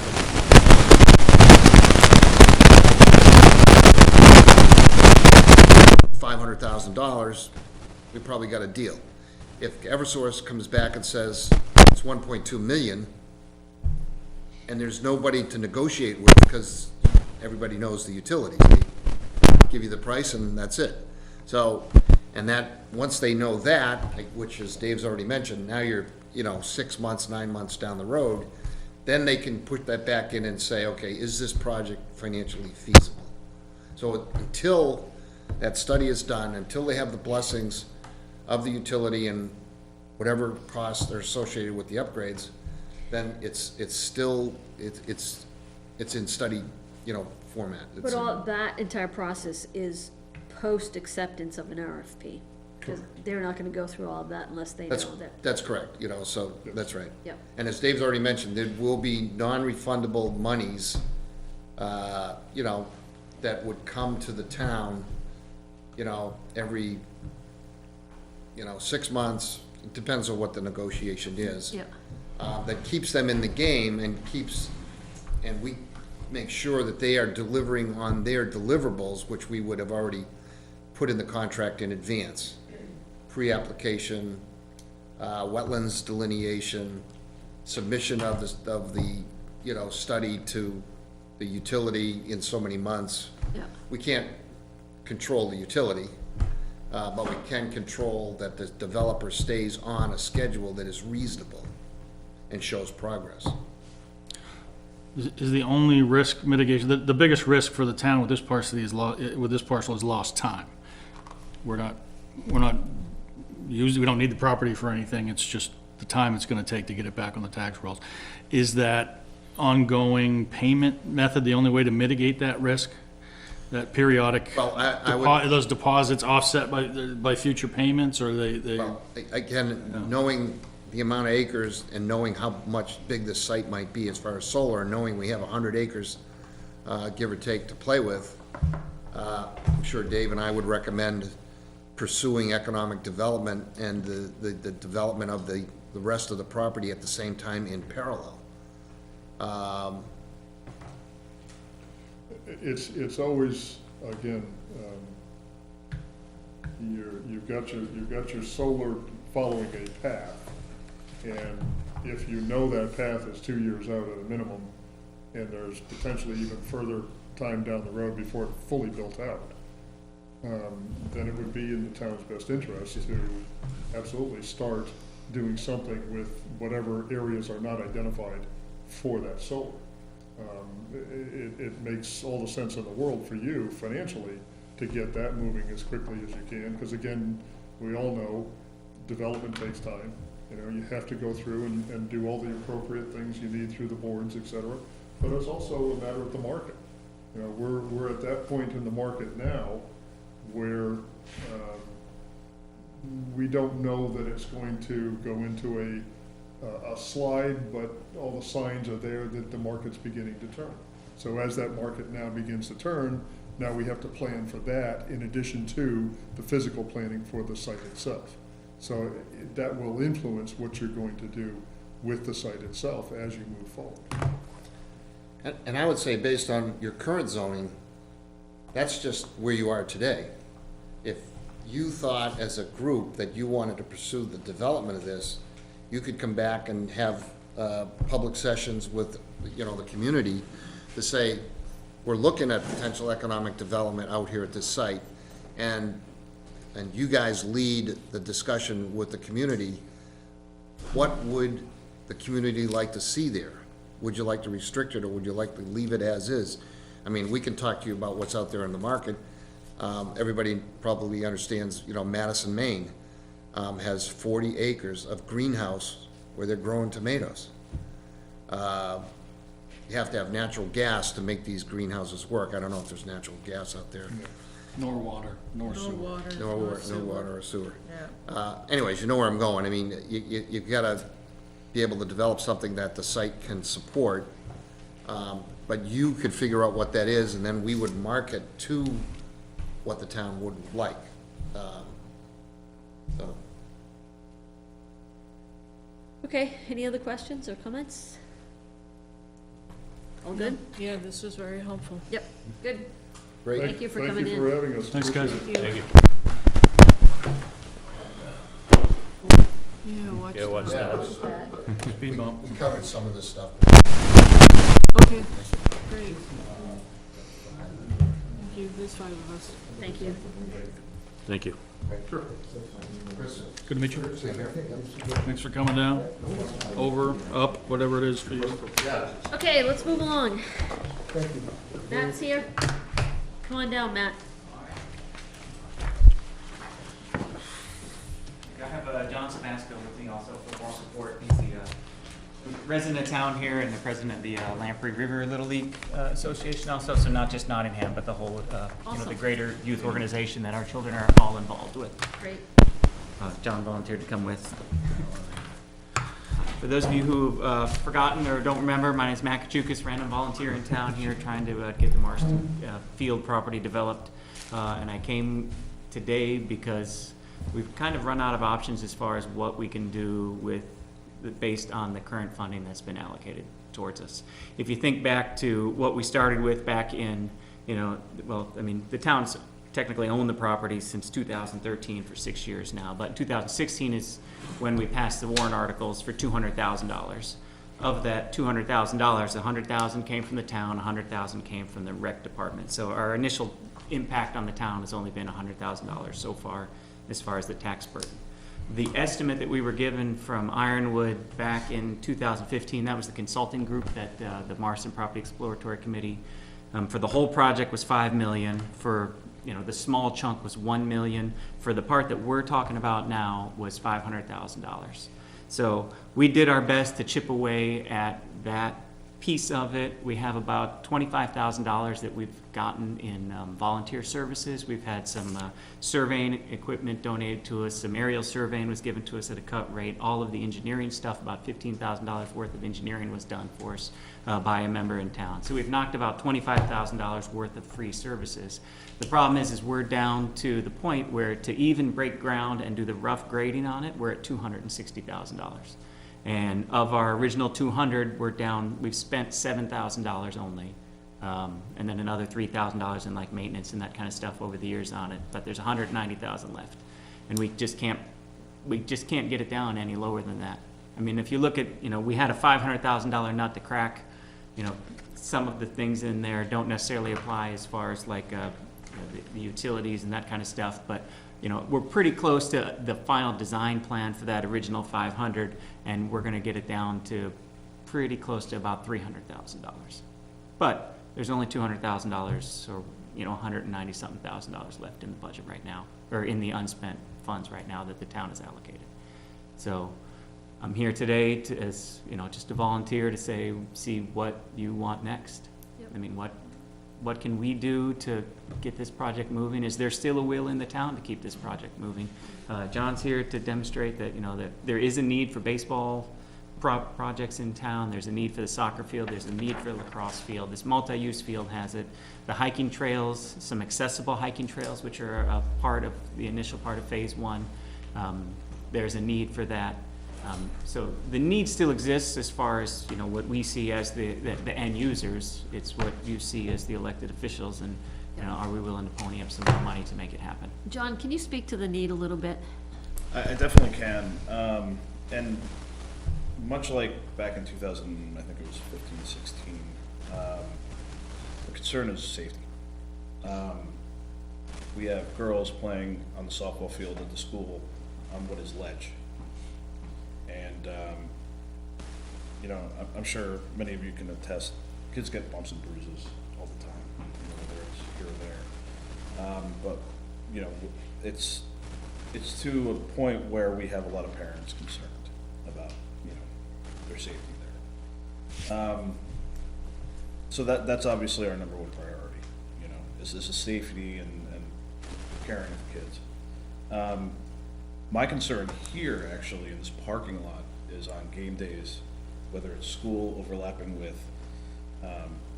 any of our games, Saturdays or even during the week. It becomes a safety issue where kids just kind of run out in the middle of the parking lot, and if you have somebody that's not paying attention and drives through, it hasn't happened yet. And I think I've been in town for about 6 years or so, and involved in the baseball program just as a volunteer for 5 years, and now as a president and director for the last 3. And talking to Chief Foss, and he's obviously been here for a lot longer, that it's literally just a matter of time, or a matter of when, not if, somebody's gonna get hurt out there, there's gonna be an accident. That is, and it kind of speaks to the growth of our program and how much we've grown as a town, where I see programs not only in our 6 towns in Lamprey River shrinking, where we're growing, it's also around New Hampshire, around New England, where baseball and softball programs, kids aren't going out and playing some of these recreational activities anymore. They're playing on their iPads or on their computers. We've maintained about 240 kids, pretty much on average for the last 5 years. And it's gradually, you know, gone up, you know, from 150, I don't know, Tyler, you were very active in the program, you know, years ago. We've probably doubled in size. So, you know, it speaks to our town that people want to stay active. And it's not just baseball and softball, it's soccer. And I'm involved in the soccer program. I'm one of the coaches of one of the competitive teams here for Northern Strikers, and all my kids play. You know, we travel and across the board throughout New Hampshire and even Maine, to fields where, you know, it's perfectly leveled and not like green grass or anything, just normal, you know, where a kid is going to be able to run straight and not fall off, you know, an unlevel ground. And then we come back and it's an issue here where things are just not level, and, you know, whether it's soccer, baseball, softball. So I'm kind of rambling a little bit, but Oh, that's good. you know, it's been a long time coming. I mean, I grew up in New Jersey. My wife grew up in Massachusetts. I grew up in a suburb of New York, New Jersey, Philadelphia. So I was used to, you know, just a normal flat land, old farms, you know, that kind of stuff. I was fortunate, you know, where we had a lot of I guess tax funds and that kind of stuff. You know, from what I understand, these fields haven't been really upgraded in 50, 60 years. You know, we have a program where we have a lot of kids, a lot of interest, and we have the same fields that we've been trying to maintain year over year for that amount of time. I had a fence guy come out just to do, and Chris and I spoke over a year ago. I had a fence company come out and just kind of do a review of our backstops, and the backstops back there on the backfield. I mean, they're literally, the concrete is lifted and the fences are like bent over. The fencing for the dugout, for both dugouts over there, technically they should close if we were following Little League rules. They're like, there's a gap between them like this big. Unfortunately, we just don't have the funds as an association to afford a replacement, because you're talking replacing the backstop there, the backstop here. You're talking in the ballpark of $10,000, $15,000. We just don't have that funding, you know. We've been able to make some changes. We've been, you know, we've slapped a lot of paint on, you know, since I've come aboard, and kind of, you know, made things look like they should, like our colors, yellow and green, and, have some plans for this spring as well to do some things. And, I've been out quite a bit, with the front fields, infield, and trying to kind of, just get some grass ready, for the spring, and hopefully for opening day we'll have it, and then it'll die off after that, and then I'll be back to the same thing, which I don't mind doing. That's my time. I'll spend the time, and I'll get volunteers to do it. But and kind of back to Matt. I'm sorry, Matt. It's all right. I've spoken to Chris. I've spoken to Matt. I've spoken to other individuals who have been involved in this project with Marston, and I even spoke at the when we had the town meeting at the Warren article trying to get it passed. It kind of feels like we're stuck in 1965, with the facilities we have. The important part of that, though, is that the program has grown so much since then. If you look at the scheduling that we have right now, and this is just baseball, I'm not talking soccer, lacrosse, anything else. Baseball only, the baseball program could not function without the support of the Camp Yavna, the amount of them allowing us to use their fields up there. The school games, we're the only one within the school facilities where our school games cannot start an inning after, I believe it's 5:30. The school games actually get curtailed because we have to give the fields over to the NYA because of the time restriction. They've had school games before that have run too long. So, it's starting to become, the space is starting to become a problem because of the amount of students that we have involved in the program, which is a good thing to have. Like John is saying, it's a good thing to have. But to bring it back around, like he said, we're kind of stuck in the 60s, and we've spent several years now chipping away at the cost to get it down as much as we can. But, it's time for us to move forward, I think, and put some more money onto this. And the thing is, we have a lot, and I apologize for interrupting, we have a lot of people interested in helping. But we're not talking about enough help to, fund the project. We're talking about labor. We're talking about The maintenance. bake sales. The maintenance, once we And the get, maintenance, basically the maintenance that we do here, that's on our NYA budget. We take, except for like lawn care and, I think some other, yep. some other help, some facility help that we get from the school and from the rec here, but a lot of it's on our budget, which is fine, that's part of what we do, but we keep feeding into, something that is really just maintaining Yep. the same. Well, and this, Go ahead. what we're talking about here isn't discounting volunteer help at all.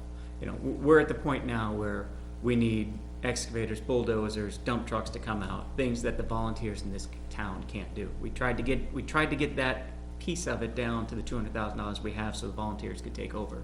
We just cannot get there because you stand out at that field and you say, yeah, it's pretty level. When you extrapolate, a 5-foot drop over a distance of a football field plus baseball fields on either side, and the fact that you're encroaching a little bit into some wetlands, so we have drainage, retention ponds, reclamation areas, that kind of stuff. We need heavy equipment, and this is where the funding part comes in before we can let the volunteers take over. Yeah, and Matt, you and I met with the Trails Committee, and they, indicated their willingness to help build the trails. Yep. Right, so that's a good example of the volunteers. Trails Committee, we talked to the Conservation Committee about possibly taking over the community garden that's eventually gonna go in there. So, we've been out and about to other organizations within town to generate as much volunteer support as we can between the soccer program, the baseball program, the Trails Committee, and that kind of stuff. We have a master plan in place. It's been approved by the state. So we have a state permit to do a lot of the things that we actually, pretty much anything that was on that original diagram, the conceptual drawing, we have a plan approved by the state Department of Environmental Services to do. It comes time to do it. Matt, can you refresh my memory? I'm looking at the plan as of, looks like February 13th, 2017, which shows the soccer field with a softball field, a little league field, and then a high school field and 2 parking lots. Is that or have you scaled it back? We've scaled it back to just the top multi-use field with the softball field on one end and the little league field on the other end. And then immediately to the south there at the bottom of that, there's a drainage pond that's required by the DES permit and the parking lot. Right. So we have parking, we have minimum And required. that's the 260, That's $260 to break ground on it. We need probably $290,000 if we want to put up backstops, put up grass, put up infield mix. So the delta is, between what we have and what we need is $100,000, 100,000, okay. based on spending the 10,000 we've already spent. that's, yeah, show that. We've obviously, I mean, I recall probably over a year ago, writing a letter to try and get funding for the, this is the MLB Futures Fund. So we've made, some concerted effort to try and get funds from organizations. Yeah, the challenge was that, with that, is that, you know, there's grant money out there, but they wanna see some momentum. You're more likely to get Like grant. a match, Yeah. even though we raised and appropriated? Well, what they No, wanna no, see is, no. they wanna see progress. Right, They wanna see they wanna see a shovel turn, they wanna see the dirt leveled, they wanna see a little bit of progress, and, cause that's kind of some of the feedback we've gotten, Charlene, is that you haven't done anything yet. Show us something, and then now we'll put you higher up on the list of considerations. And MLB won't do multi-purpose fields. They want dedicated ball fields. They won't do multi-purpose. And they could be softball fields or baseball fields. Yeah. Little League has a grant that I was actually looking into that is really not necessarily for new fields, but helping fund, I think it's like remaking, renovating, remodeling. But again, I can't even necessarily apply for that without having some progress on where we're trying to get to, so. All right, what other questions do you guys have, or thoughts do you guys have?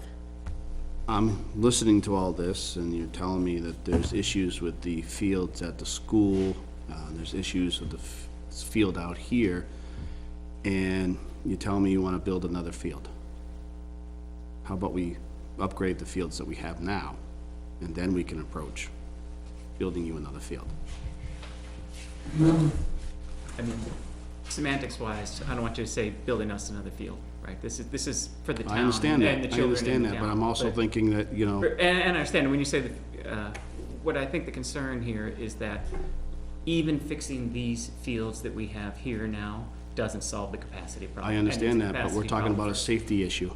Right. And if it is truly a safety issue, perhaps maybe we should address those issues first. Yeah, but need to- building another field is gonna take some of the burden off of this field, right? So you're not gonna have, for example, part of the problem is when we have meetings, right? You've got the budget committee, you've got us, you've got other committees in here, and you've got a game going on at the same time. So that, to me, exaggerates the safety issue. And the ledge issue is on the girls' softball field at the school, which the #1 priority in this program is to build a girls' softball field for the girls. So, and I understand what you're saying is, yes, we have problems here, yes, we need to fix these problems. The funding issue that we have right now, the way that this $200,000 was allocated via the warrant articles was for development of the Marston property. I understand So that. if we're gonna proceed with the Marston property, then we need more money to crack that ground. I mean, I think it's a great idea for the town to fix these fields. I'd love to see it. New backstops, I don't think anybody here wouldn't wanna see these fields fixed.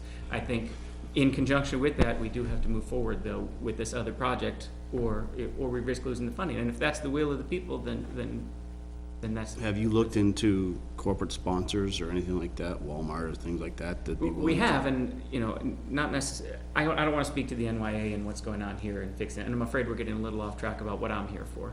So, we can debate corporate sponsorship and everything else to fix these fields right now. We've talked about, sponsorships for, the other field also, and talking to one of the persons in town who does this, we can probably realistically expect to secure, most $10,000 in any type of corporate sponsorships, be it banners and that kind of stuff hanging on the wall. I mean, if you really want to get serious about corporate sponsorship, and this is an idea that's been kind of talked about, but no one's gone anywhere yet because we don't know if there's support for it, is we contact Seacoast United, we contact one of the other major organizations, and we set up some sort of public-private partnership on this new field, where, we agree to allow them to use the field certain times, they donate, or not donate, but they pony up some of the cash for it. And now we can try and work on a public-private partnership. But I think even before we get to that point, we have to demonstrate a commitment within the town itself to build a T-ball field. I'd much rather see the stuff addressed first before we build another field. I could say one of my fears, other than a kid getting hit by a car in the parking lot here, or even a kid getting injured in the game, and I watch this every year at the beginning of the season. I'm always watching the river out here and how close it gets to all of our shed and just kind of blowing over to our fields. I know, and I can't speak specifically for timing. I want to say, I don't know, Chris, if you know, there was a major flood that everything had to be replaced, and it 2006. Yeah, and you would know better than I would. That's one of my main concerns, is we don't have a place to play, and I can work it out where we could figure it out, if that were to happen. But I'm literally counting down the seasons when it's going to happen. So we can certainly, try to invest more money into these fields just to make them, to get like the backstops. But it's almost, my concern is that we're feeding money into something that has a potential to be a disaster or an issue. Well, plus, what do you do about if the field at the school, the biggest issue there is ledge? What do you do to fix that? I can tell you what we've tried to do over the course of time, and that's bring in front loaders, bobcats, and shovels and picks, because I was actually one of the people with a pick and a shovel a few years ago, to get some of the larger rocks out, but they just creep back up somehow, and it ends up being... Most likely it's gonna require blasting. Yeah, and... Well, you turn it into a t-ball field, and you build the softball field What's somewhere that? else. Is what you do. It's also used for parking. Yeah, one of the things that would tell you not to invest in the softball field at the school is that it's also used for overflow parking, so you... Open houses, school concerts. Yeah, Town meeting. that's Town meeting, exactly. Town meeting, yeah. Yeah. That, going back to the original discussion, a lot of these things came up, and that was one of the points there was, don't sink money into things that are gonna get trampled on or flooded or whatever. That's the... And we've made some headway with that, and kind of going back to your point, to try and maintain, like, what we have and trying to build it up. Like with the field at the school, last year, we talked with Principal Sousa to try and get a fence to block at least the infield, to keep it level, so that nobody would park there. And the snow wouldn't get piled up to a point where we have to bring in heavy equipment to actually spread it out before we start the season. This year, he wouldn't let us do that. And we're not entirely sure why, but that poses the problem where now we're going to have vehicles parking on our infield again, and it's going to require more work when we get to the season, or to field cleanup. So, And the school is addressing some of that. I know, I talked to Mr. Sousa also. They are putting some money into the softball field there, also kind of a short-term fix for it. So I don't want to throw him under the bus completely. No, I didn't mean to, because he is great. He's been very helpful, but there could be a legitimate reason why he didn't want us putting up just a construction fence. Yeah, I'm sorry. I didn't mean to say Okay, that. other board members, questions, comments? No, it just seems like there's 100,000 shortfall that needs to be addressed. So, I'm sorry, did you have any? No, I'm just thinking, there's a whole spectrum of problems here. What's the highest priority as you see it? What's step one to get a sequence of events going that's gonna resolve all of these in time?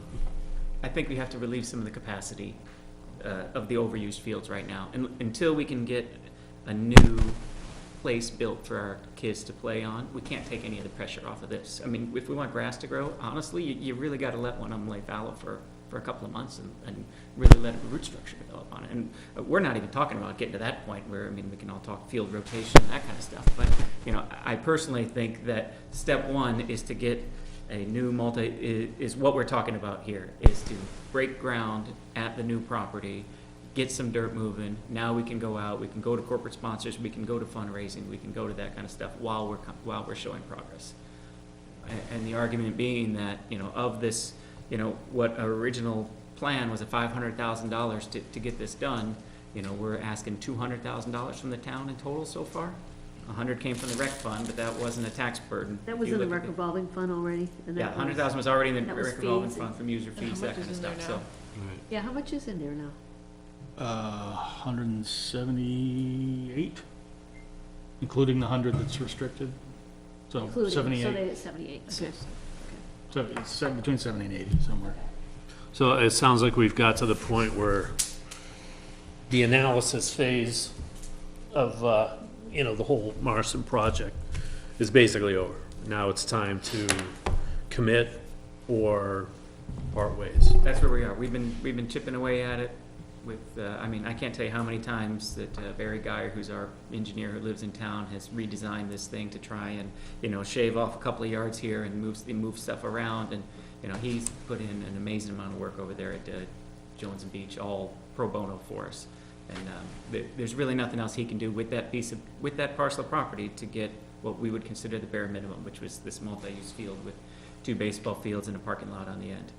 Which is then, that's kind of step one. That's the first stepping stone into what is going to be a greater project for the town over the next 10 years, or however long, the board sees fit to keep this funded. I just want to say that Matt's done a tremendous job as well. I mean, I was on the early exploratory committee, and, we had really good representation on that committee. We had, Matt was on the committee, I think, right? Or you came in later? I just came in a couple times and watched. We had people from the budget committee, we had like Chet Batchelder, people who had been in town for a while, Tom Sweeney. We had a good representation of people. And the committee did great work, and then Matt has picked it up from there and has really been the champion since then. So whichever way this goes, I think we owe you, big thanks and kudos. Okay, so obviously I, was a big champion of this. I think that we, as a board, right now, could look at 2 options. And the first one I'm not necessarily recommending, but the first one would be to add $100K to the budget to make up the gap. And the second option would be that we put forward a warrant article for the funding. And I would lean more towards that one, because I think then what we're doing is giving voters at town meetings. You're saying for this year? Yeah, I am saying for this year. Well, that's kind of like at the 8th hour. Well, we're still working on the budget. We haven't finalized our warrant articles yet, so I don't know how it's at the 8th hour, 9th hour. I think it would have been. I don't see how it's too late if we're still working on those 2 things. I'm not recommending the budget. I'm really not. I really do think. And Charlene, I'll take the hit on some of that also. Like, I recently came to down and we went to the school board. We tried to get some of the school for funding on this. We've gone back to the contractor probably 4 times over the last 6 months to try and get this number down underneath the $200,000 level. So, I don't want you to think that this is like an 11th hour play end around to try and get money out of the town. Like the reason that we are here now, 7 days before the warrant article is due on February 5th, is that I feel like we've exhausted all of our other options to bring the cost of this down. And it's not worth waiting another year doesn't buy us anything. So it's time to put the funding for it now. So I'll take the blame on that one fully for why you're just hearing about this now, is we've been working diligently to try and bring the cost down. Well, I think the other option is, to your 2 options, is kind of what you alluded to. Start to break ground now. You've got 190 to do it. Start to see if you can fundraise, and then we come back. If we haven't fundraised for that other amount, then we come back next year and we won't ask for it. Go ahead. Yeah, I don't think, we can't break ground with 190. To break ground and not put up the backstops, not put in the grass, to give us a level field with the drainage retention pond and a parking lot is $260,000. So it's not to build the fields. The other $30,000 that I'm talking about gets us backstops, gets us infield, gets us grass, gets us that kind of stuff. So $260,000 flattens it, gets us the drainage per the state permit, and gets us a parking lot. Gets us to a point where kids can be playing. Gets us, we can go out there and practice on it all day long, which, if that's what we want to do, then, but it doesn't get us a usable, game playable field. It gets us a really nice practice field. No, I feel for you guys, told me, not being part of the NYA for a lot of years. As far as when it came to baseball and softball, we were like the joke of Lamprey River. People would say, Jesus, why do we gotta come to you guys' field? Same thing, not because of the parking, too. I mean, someone hits a foul ball, a kid runs out onto the stage road there, I mean, so I hope this happens someday, I really do. I mean, I know it could make money to keep itself up and running too. I mean, I look at Barrington, Raymond, Kingston, there's a bunch of, that put the money into it. And it's better facilities brings the people out too, but it's, like I said, I don't know. I think my dad played on these fields too, way back, so it's. And Tyler, that's a great point, which, maybe we can talk about later or at the next meeting or whatever, because I know this one's getting late. But if we start to explore that public-private partnership or building nicer fields that right now, this location being right off of 125, between the Route 4 traffic circle and between exit 7 and 125, this is a great location for other organizations to want to come into our space because it is so centrally located and so conveniently located. But that is a, what you said about it being a moneymaker, that's a whole nother thing that we can get into. But, in the short term, it's time for us to do something, or can it? You have thoughts or? Yeah, I definitely think we need to bring this to the voters. And it has to be posed to them as it's time to decide, Yeah. We're either gonna commit to investing in this project, or it's time to walk away. Okay, so is this board willing to put forward a warrant article for the additional funding? For me, not until we go through this budget and we look at these warrant articles. I'm not gonna commit to anything until we go through this budget again. Other thoughts, other opinions? I'm with Charlene on this one. No, I like the idea of a warrant article, but she's right that we do need to I don't see forward with I don't this. see how it impacts it. Because basically, if we're saying we're putting forward, it doesn't impact the budget, let's say the budget that we put forward, right? And basically what it is it's a warrant article where we're saying, town, you decide.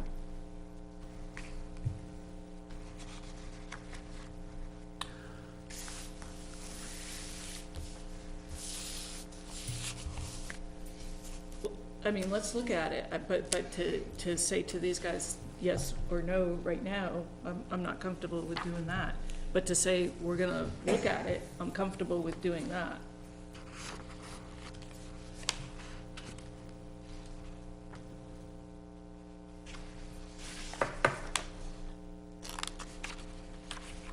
My only concern is that I mean, we're down a highway truck. We haven't had that discussion yet, so. Yeah, that's coming next. For us to say, yes, Matt and John, we're gonna put it forward, I'm not comfortable with that.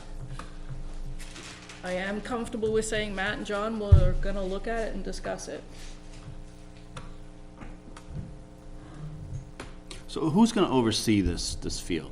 The rec department or the school? This is the rec department. This is all under the rec department. We went to this, I went to the school board meeting a couple weeks ago, trying to see if they would pony up some of this, short funding that we have, based on the fact that how much they use the fields, but, there was some concern about again, your question of who is gonna own it.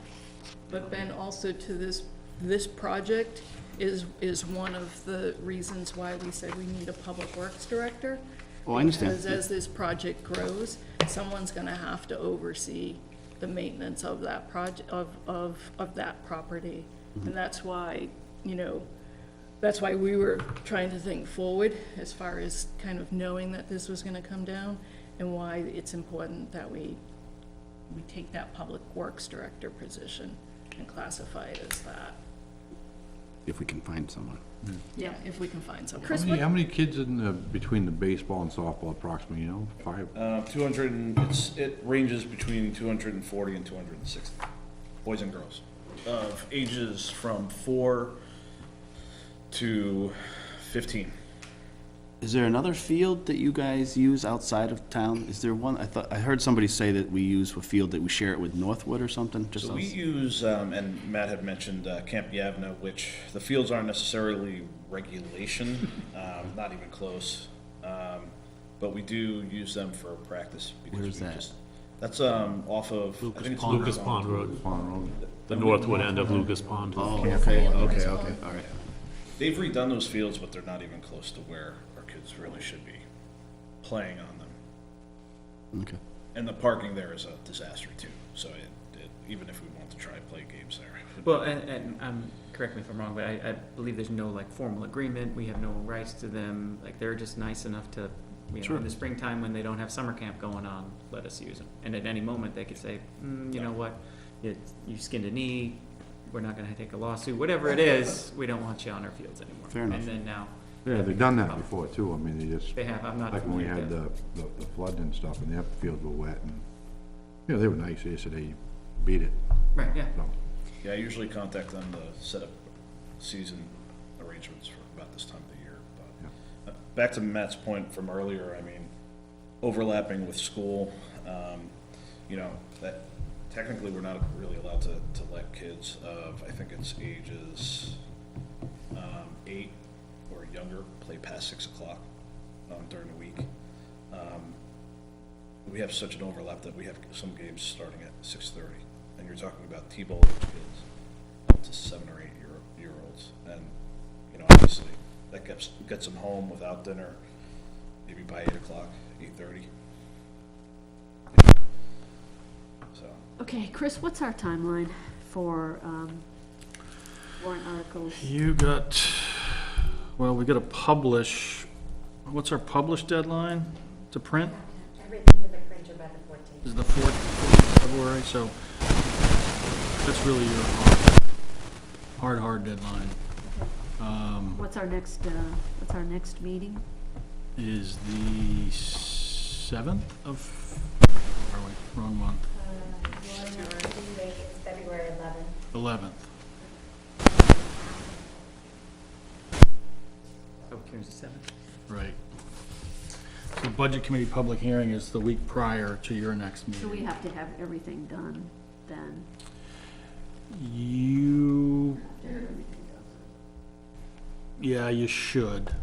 A petition warrant article could go in a different order.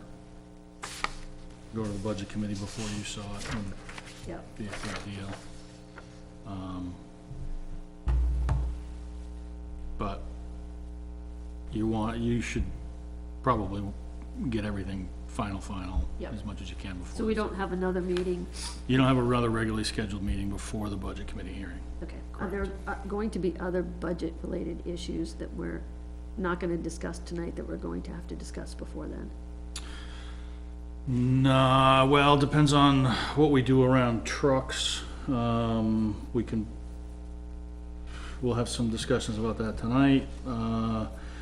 Other than that, budget-wise, there's nothing significant. There's a couple little things that I think we can do by email without, Okay. you know, to get to final. Okay. But the budget's pretty well done. Okay. You got like one line item. When does this board, we vote to recommend or not recommend warrant articles later in the process, right? It does, there's no statutory requirement on that. I think you've generally wanted to send them to the budget committee with a recommendation, but the way the calendar works this year, Okay. it's pretty tough to do that, so. Okay, But what really gets in the way is the printing timeline. sure. So we're gonna wanna have everything done by your meeting on the 11th, the next meeting. Okay. All right, so given that, my recommendation, and, you know, I'll throw it out there, others are open to comment on it, but my recommendation is that you guys do a petition warrant article.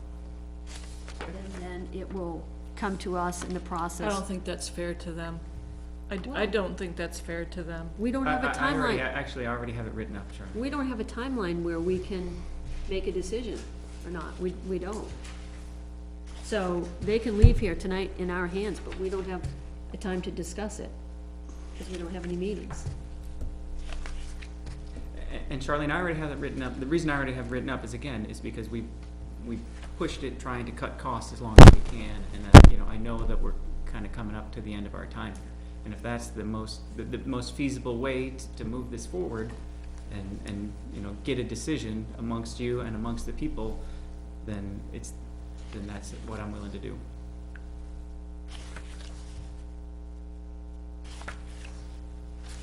So I don't want to come across as Donna's asking me to do it, but yeah, it's something that I've already talked about with some other members in town.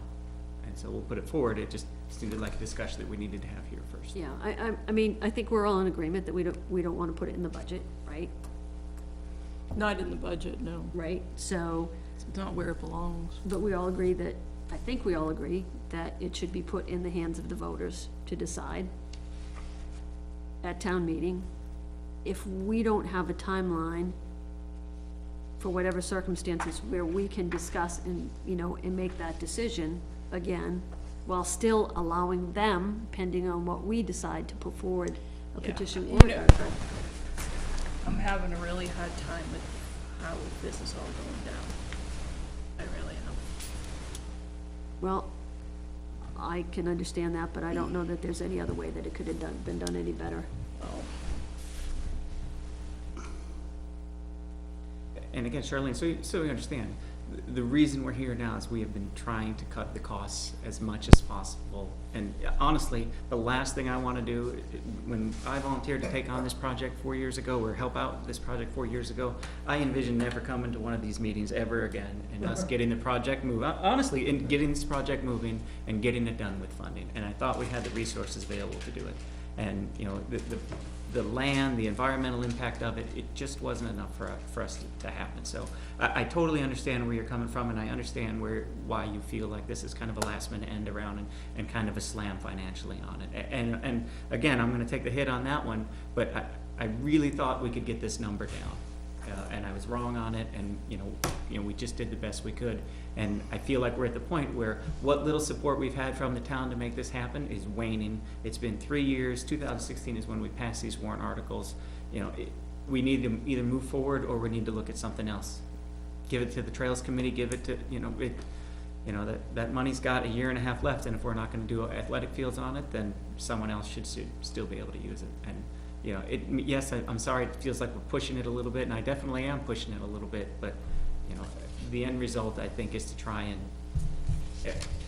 the reason we're waiting is because we tried to cut as much cost as possible out of it and make it financially feasible for the town, and we're at our limit. Matt, at what point did you realize you were gonna need to come to the board with this? Probably 3 or 4 months ago. I mean, That should have been the time you came to the board. well, again, we've been redesigning it since then. We've had probably 3 meetings with the contractors, that kind of stuff. And we can debate, we went to the school board with it, we've been coming to other places with it. So, the time for a full board meeting versus, working directly with Chris, again, those are decisions that, I talked to Chris about, and I gave him my opinions on that, so. And again, let's just be careful, let's not beat up on Matt, okay? Because the guy has done a heroic job Yeah, of keeping I us recognize that. alive. I appreciate all the work he's done. But other things take time, like he had a conversation with Chris and Tyler and I, and we talked about, well, let's go and talk to the school, right? And see, if they have funding or options available. Those things take time. Yeah, but in that all took 6 honestly, weeks. Donna, we haven't heard any updates about Marston, and I'm putting this on whoever the selectman rep was for Marston. We haven't heard any updates for like at least 6 to 9 months on Marston. I think you've been in here. Probably not. No, I believe Charlone's right. Not in the last 6, because nothing has happened in the last 6 to 9 months. In the last 6 to 9 months, all we've been doing is trying to cut the cost down, is redesigning it, going back and forth with the engineer and with one of the subcontractors, trying to cut the costs. And I could have shown up monthly and said, hey, Charlene, we made no progress today, and left. And if that would have been, maybe in the future, that's a better solution to keep you more informed. But, at some point, I feel like I can only come here so often. Your time is busy enough that you don't need to waste it with updates that don't necessarily mean much without meaningful progress. And you want something meaningful, this is it. We're out of money, we're out of options. Well, it sounds like there's already a solution that's already been discussed and put in place, so I don't think we need to talk about it then on the budget if it's gonna come forward as a petition warrant article.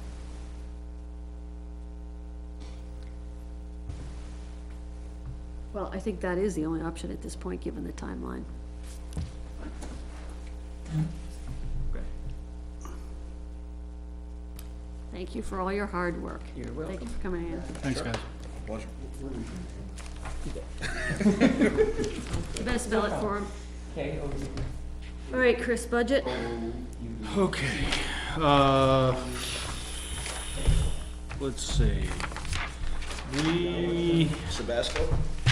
did the heavy lifting last time around, since you've last seen this, we have updated,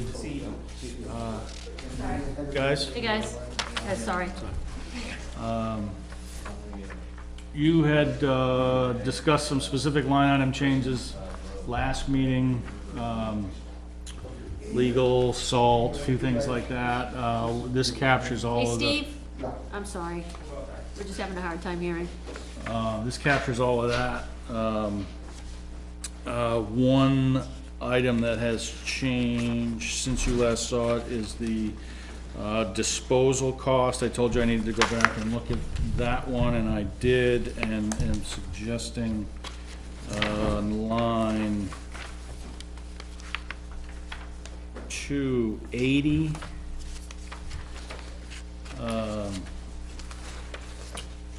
We went back and, pinned down all our various materials and things. I think that's gonna take 122. Given the volumes and the pricing. I don't think there's been anything other than that since your last meeting, other than things that we talked about already. The only open item that I need to look at is in the same neighborhood, the lines 279 is testing around the landfill. This, I think this all happened since your last meeting. We heard back from DES. We periodically submit an application for groundwater monitoring around our closed landfill. That happened to be this year. It happened to be at the same time that we were testing for PFOAs at the same time, same year. So we, in our application for a renewal permit for groundwater monitoring, suggested a plan of action for the PFOAs. And we said this is what we're gonna do going forward. It was really our engineers, not me coming up with it, but last Friday, we heard back from DES. They want us to do more than what we proposed. They want us to do some surface water monitoring. They want us to go back to some residences that we missed. They want us to go find some dormant monitoring wells from the original closure and see if they're still viable. Really? Yeah, really. Our engineers want to go traipse around out at the landfill and see if they could find them and see if that really was viable. We're gonna go back to DES and say, okay, we can do X, Y, and Z, and maybe push back a little bit here or there on a couple of these things that don't maybe have a lot of value or aren't practicable. So what we need to do, I'm just waiting for a suggested budget amount from our engineers for that additional testing that DES is gonna request. I can't put if it comes down to it, I'll just take a guess or I'll take a ballpark number, but that's the only line item that I know is gonna be off. This By a little bit. 279? 279, yeah. I mean, we can just throw a number at it now and put it to bed and suffer whatever, whatever we have to, or you can give me a few more days and I can let you know electronically what we're gonna suggest there, before we go to public hearing, next week and a half. Yeah, or I wonder if you call DES and ask them if they have a ballpark number. No, Probably won't. No, they won't give us that, no. And some of the cost is our engineering cost, so, we kinda need our engineer to tell us that. It's we're not talking about Right. you know, $30,000 or anything like that. It's not that kind of number, so, So wait, you've got 66 in here for it now? I've got 10 in there now. Okay. And Chris, how long are we gonna have to do this monitoring for?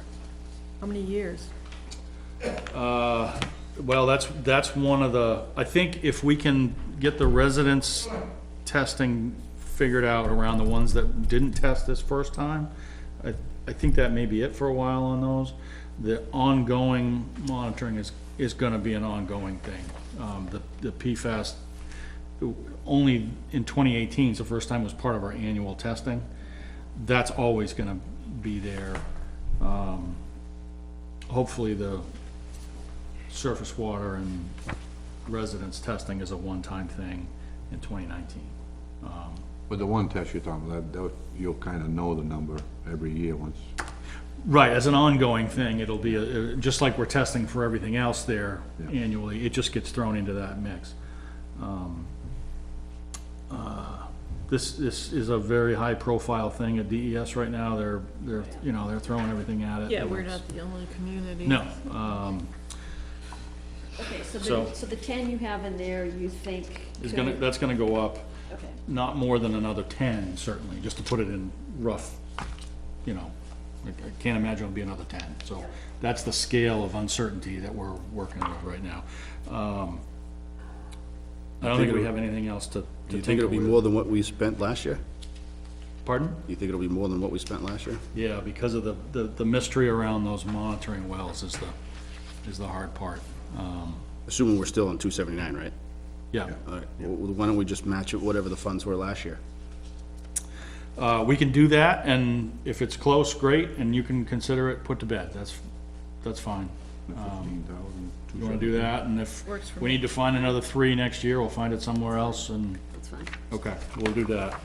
So we're at about a 4.3% increase over last year. Wait, we're just giving, can I put Oh, this I'm in sorry. for 16,000? Oh, sorry, yeah. Is that okay? Yep. Okay. No, I'm sorry, that's with the warrant articles, it's 2.6 in the operating budget. Now, the warrant articles, I just added up, Don't jump ahead on that yet. Sorry. We'll get to that. because they're off, yeah, they're off. So the operating budget, that goes up by 104,000 now, or 2.7% on the expense side. Yeah, You have revenues. yep,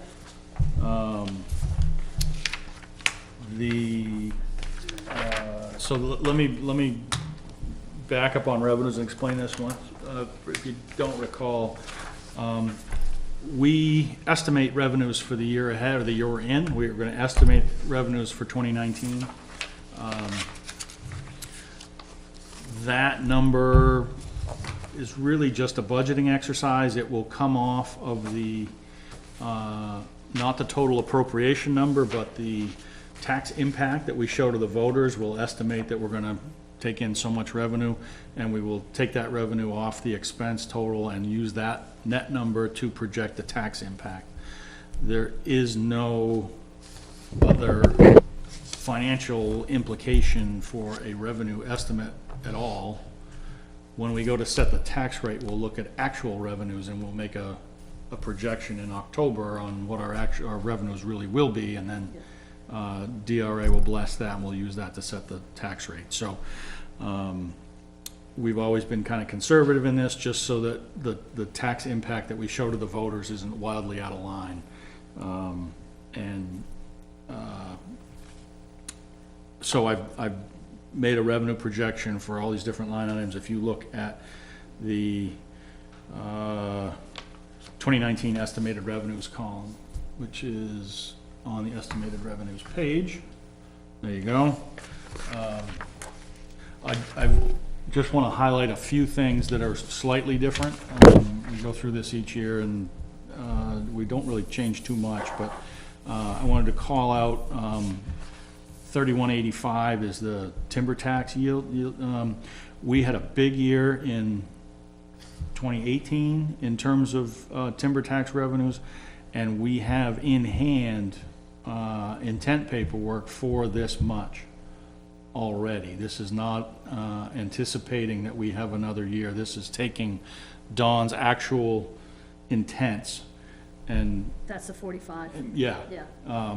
So we're anticipating a big jump based on something real. This is not just hoping that we replicate the same thing again. So it's not guaranteed that those cuts actually happening, you know, and all that, but it's real. It's as close to real as we can In the get. park? Yes. Yeah, it's a big one in the park, is a big part of this, big cut in the park. 3190, interest and penalties on delinquent taxes, that's been fading slowly over time, so I pulled that back a little bit. I think I didn't look at our year-end outstanding tax burden at this point. I think that's down just a touch. 3220, motor vehicle permit fees. This is our biggest source of non-tax revenue. As always, it continues to climb, although not at the astronomical pace of a couple of years ago. It does keep coming, you know, it keeps climbing up. And I keep bringing the estimate up a little bit behind reality. Sure, I helped that. Building permits, we rejiggered our pricing on those and we're still plenty busy. So I pulled that up by a little bit. I think we're at 60, and for the actual, for the year, we did, what, 65 in 2018? So you can see the revenue projections are lagging reality a little bit. That's just a way of being conservative. And the only other thing of note, well, two other things. The 33, 52, and 53, those are the big state grant, state appropriations. We're now in the first year of the budget, first year of the legislative session. They'll be doing the budget. Who knows what that number is going to look like, so we just left it constant, essentially. You know, who knows what the state's going to do. And then at the very last line of that section, other,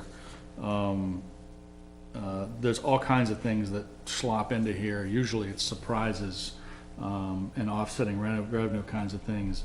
But I did increase that in anticipation of continued lease revenue for the cell tower, which we have never budgeted before, so that's where that comes from. So add it all up, I've projected about 65,000 in increased revenues to offset that 95 or 100,000 in increased expenses. So in terms of the operating budget, the net impact is 30, 40,000 in additional tax burden. Call it 1%-ish, you know, On in the that municipal side. on the operating budget side, this does not include the warrant operating budget articles, side. right? So, that on its standalone basis is not flat, but close to flat, so. Good there? Good. Keep going? Okay, So, do you need, so this is our last meeting before we go to the public hearing, yes. the budget committee. Do you need anything formal from us on the budget?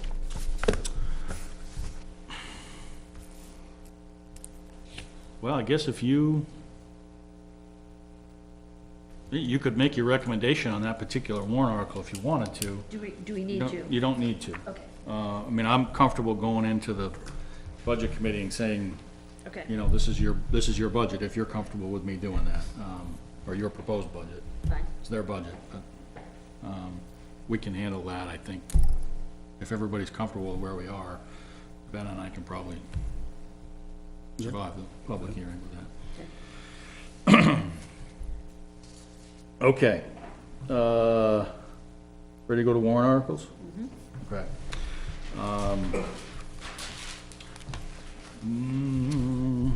We've talked about almost everything here already. The operating budget number has moved around, you know, as we go through the process. Everything else has been, I think, constant. Highway road reconstruction, that is, that's our annual, Yep. you know, engineering, paving, whatever, you know, that language. what we intend this for is Ledge Farm Engineering and Paving, or other roads that may become a priority. Breathing apparatus for the fire department from the Capital Reserve Fund. Fire extrication equipment, that is a straight appropriation. Computer terminals for PD, also just a straight appropriation. The highway truck purchase, because this is the 10-wheel dump truck that's been on the radar for a while. Why don't we skip the excavator and come back to that at the end of the list? Adding to the fire vehicle capital reserve, the ambulance operations highway capital reserve is up from 75,000 last year to 100,000 this year. HVAC, tricentennial, invasive species, all the same and unchanged. Lease of town property. This does not have a tax implication, but the concept here is to get town meeting, if you, at your next meeting or later tonight, if you want to go back and talk about the Route 4 property and the solar concept. With that property, you have the authority to sell it as a tax deeded property. You could put that property in the market, sell it to one person, sell it to 50 people, whatever. You have a lot of authority to sell the property, as you do with any tax deeded property. You don't have the authority to lease it for more than a year. Town meeting has to bless that. So that concept is to ask town meeting for the authorization to lease it, perhaps for a specific use like solar.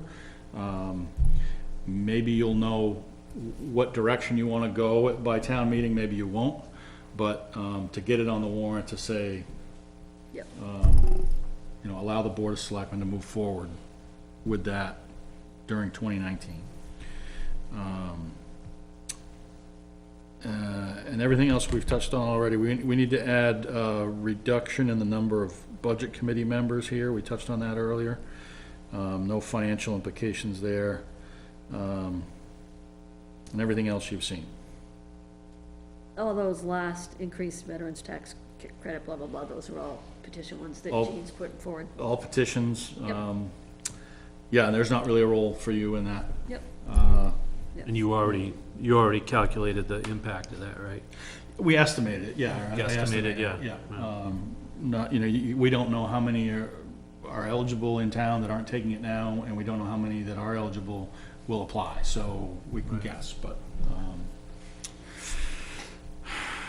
okay.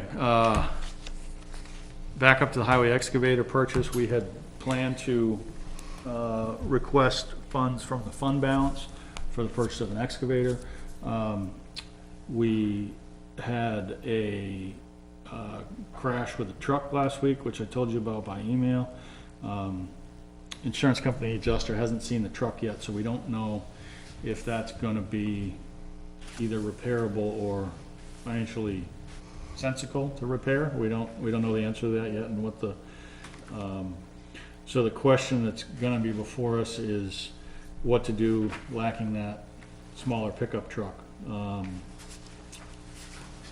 don't think we have a consensus yet on what that should be, but you want to weigh in on that? It's kind of hard to know unless we know what's going to happen Well, with that that's truck. just it. We don't know what's gonna happen with the other truck. I mean, the guys down at the shop have already been trying to salvage the vehicle by, you know, getting quotes for the repairs on it and all that stuff, but the insurance is already involved, so at this point, it's minute, you know, what they're doing. I think at this point, I'm just gonna share some of the concerns from the highway guys, is that they've gone this long without another vehicle of that size. So there would be more in favor of getting the excavator versus replacing the truck. They figure maybe we can replace the truck next year or the year after. They base that off of the workload that they could use that, like culverts that are freezing, instead of using a shovel, which I found that they only have 2 shovels and a rake down there. It's not sure how that happens, but Obviously, they can't get the ice out from the culverts if they're frozen with a shovel. That's where an excavator would come in versus going out and renting one if there's one available, things of that nature. You know, I have asked Jack to give me a list of jobs in which they could use that for, to keep it busy all year long. He has yet to provide that with, but I'm sure that they do have enough work to keep it going. So I'd wanna see that list. I would too. But at this point, I would kind of agree with the highway department as far as not replacing that truck, get the excavator first. How many times did we rent an excavator this past year? That would be, I know at least a few times anyway. No, we usually do it in one long stretch and rejigger all the jobs to fit into that time window. I think we had 2 different sessions of, I know we had one around a culvert repair, and we had our usual seasonal session. Yeah. But it's kind of the tail wagging the dog, where you do the project when you have the equipment rather than, you know. I think having the excavator would definitely make them more productive. Yeah. And allow them more freedom to get jobs done. You start a project, you don't have to worry about a deadline on when to get this piece of equipment back. But what are The other thing is too, they don't have any means of digging for a new vein of sand in the sand pit right now, unless we rent one. And they're gonna wait until, you know, next year, the next summer or so, before we rent one, where right now, to stay ahead of it, they could dig and try and find some new sand within that pit. You know, it's things like that, you know, they feel that the excavator. I wanna see a list of at least the types of projects. How big is this? I gave you, it's an 85 or 75, it's, that, no, that's not, yeah, that's it right there. We're pretty close to it. Something similar to that, anyway.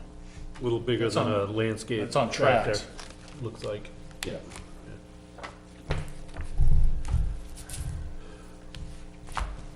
Does And it it would have to come be with it? trailered, or can it go across? That one would have to be trailered. Okay. And the price here does include a trailer, It does. yes. And it comes with this plow thing? Yes, it does. What, so I understand maybe the way we did it this past year wasn't optimal, but Chris, how much did we spend on excavator rental in the past year? Oh, I looked that up, but I don't remember. I'll get it for you. Okay. So with regards to the little truck, so did I see something somewhere, Ben, that had sander on it and they pulled that off that truck and put it on your truck? Yes. Okay, so how is that a long-term solution? It's, well, it'd be taken out of service, once, if I was to leave, or, you know, they've been handling it fine without me using it. I've only used it one time since it's been on the truck, and it was only Yeah, for but- just a couple of roads, so they. If we had it on the small truck, because we were using it on the small Now, truck. mind you, that truck that they had it on was not capable of handling that sander because they overloaded it. Hence why we had issues with the frame. That's why I made the recommendation that we went with a 550 to handle the sander load and the weight. So we have a sander on the 550, and we still had a sander on the little one. And now the sander on the little one is on your truck. Yes, it is. That is so that it can still be utilized, so we're not down a sander. Okay, I mean, I look at it too, I mean, not having an excavator like this will cut down on the chances that we could have a workman's comp case for someone out there using a shovel, or, I mean, not, they could do a lot of work with this. What if we went with a used excavator and bought a new truck?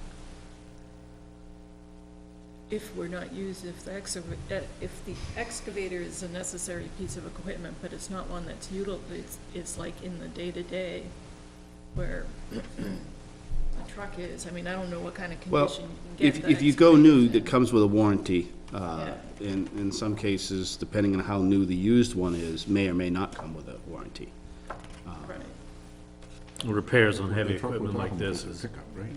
you know, Well, really if we're gonna expensive. talk about a truck, I would say we go with a 550, the same size of what we got right now for the dump truck. For the oh, But okay. as a utility body, we don't need another dump truck. The one that got totaled though, was that the one That that was a 350, we fixed before? yes. Oh, okay. Were we assuming that that was just gonna kind of like lifespan out anyway? Yeah, we had dreams of, you know. 2 more years, I using it think. for, 2 more years? It didn't have that Well, many yeah, more throw up years the left. recycling center or something like that, it was, Yeah. but it was, I mean, it's late in the game already. And it's Surprised I came back the last What time. was the actual vehicle that was hit or something? The utility pickup truck. Thank you.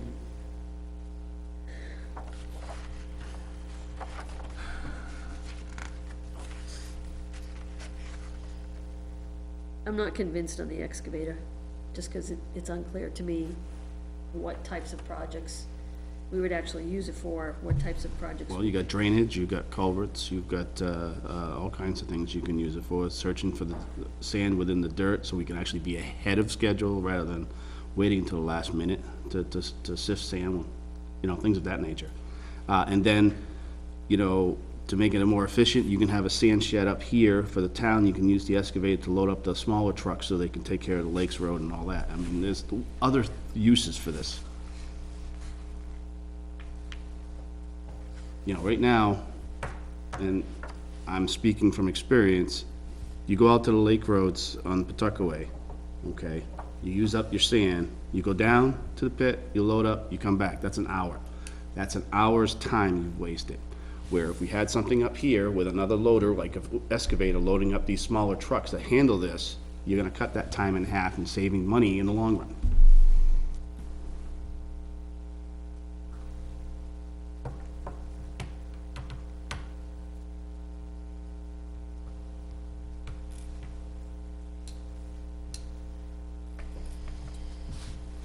Talking about finding new vein or cutting a new vein, however you said it, that's something that, you know, if we continued with this method of, you know, renting around projects, that's something that could be piggybacked on to another, project, when we rent one for another project. That's not something that's a. But we're getting into a vicious cycle where we're relying on a rental that may or may not be available all the time. And then you're pushing it back if it's not available, and then you're up against deadlines and so on. It's just, it's unclear to me, the types of projects and the volume of projects that justifies it. Sure, ice out of a culvert Well, is, I mean, we just had a tree go down over the summer that luckily we had the excavator. It was easily removed as opposed to using a plow truck to plow it out of the way. You know, that's one thing. And we've always got, look at some of these roads that we've got, these dead trees alongside them, they fall down. We need to be able to get them out of the road quickly. Excavator can do that because it's got the claw. Pick them up and move them right out of the way. Yeah, I think it's kind of a situation in which we're currently not using it, but there are probably areas where we could use it that we haven't been using it. But I hear your concern of kind of justification, not knowing and not seeing, you know, kind of the other uses and areas that we could find it. And then, just throw in the recent mishap into the mix.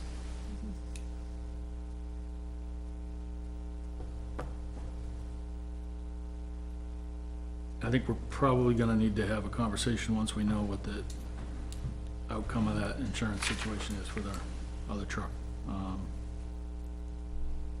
yeah. Well, I think there's a good case to be made for the excavator. But we gotta think globally now, if we're down a truck, then, Yeah, we gotta, that's, I'm just pulling up the CIP to say, well, like, what is on the docket for the highway? But we've gone this long without another truck. This is the first Yeah, season. but we were trying to make it so, you know, And right now, we have enough trucks for every employee. Pretty much, yeah. They don't even do that.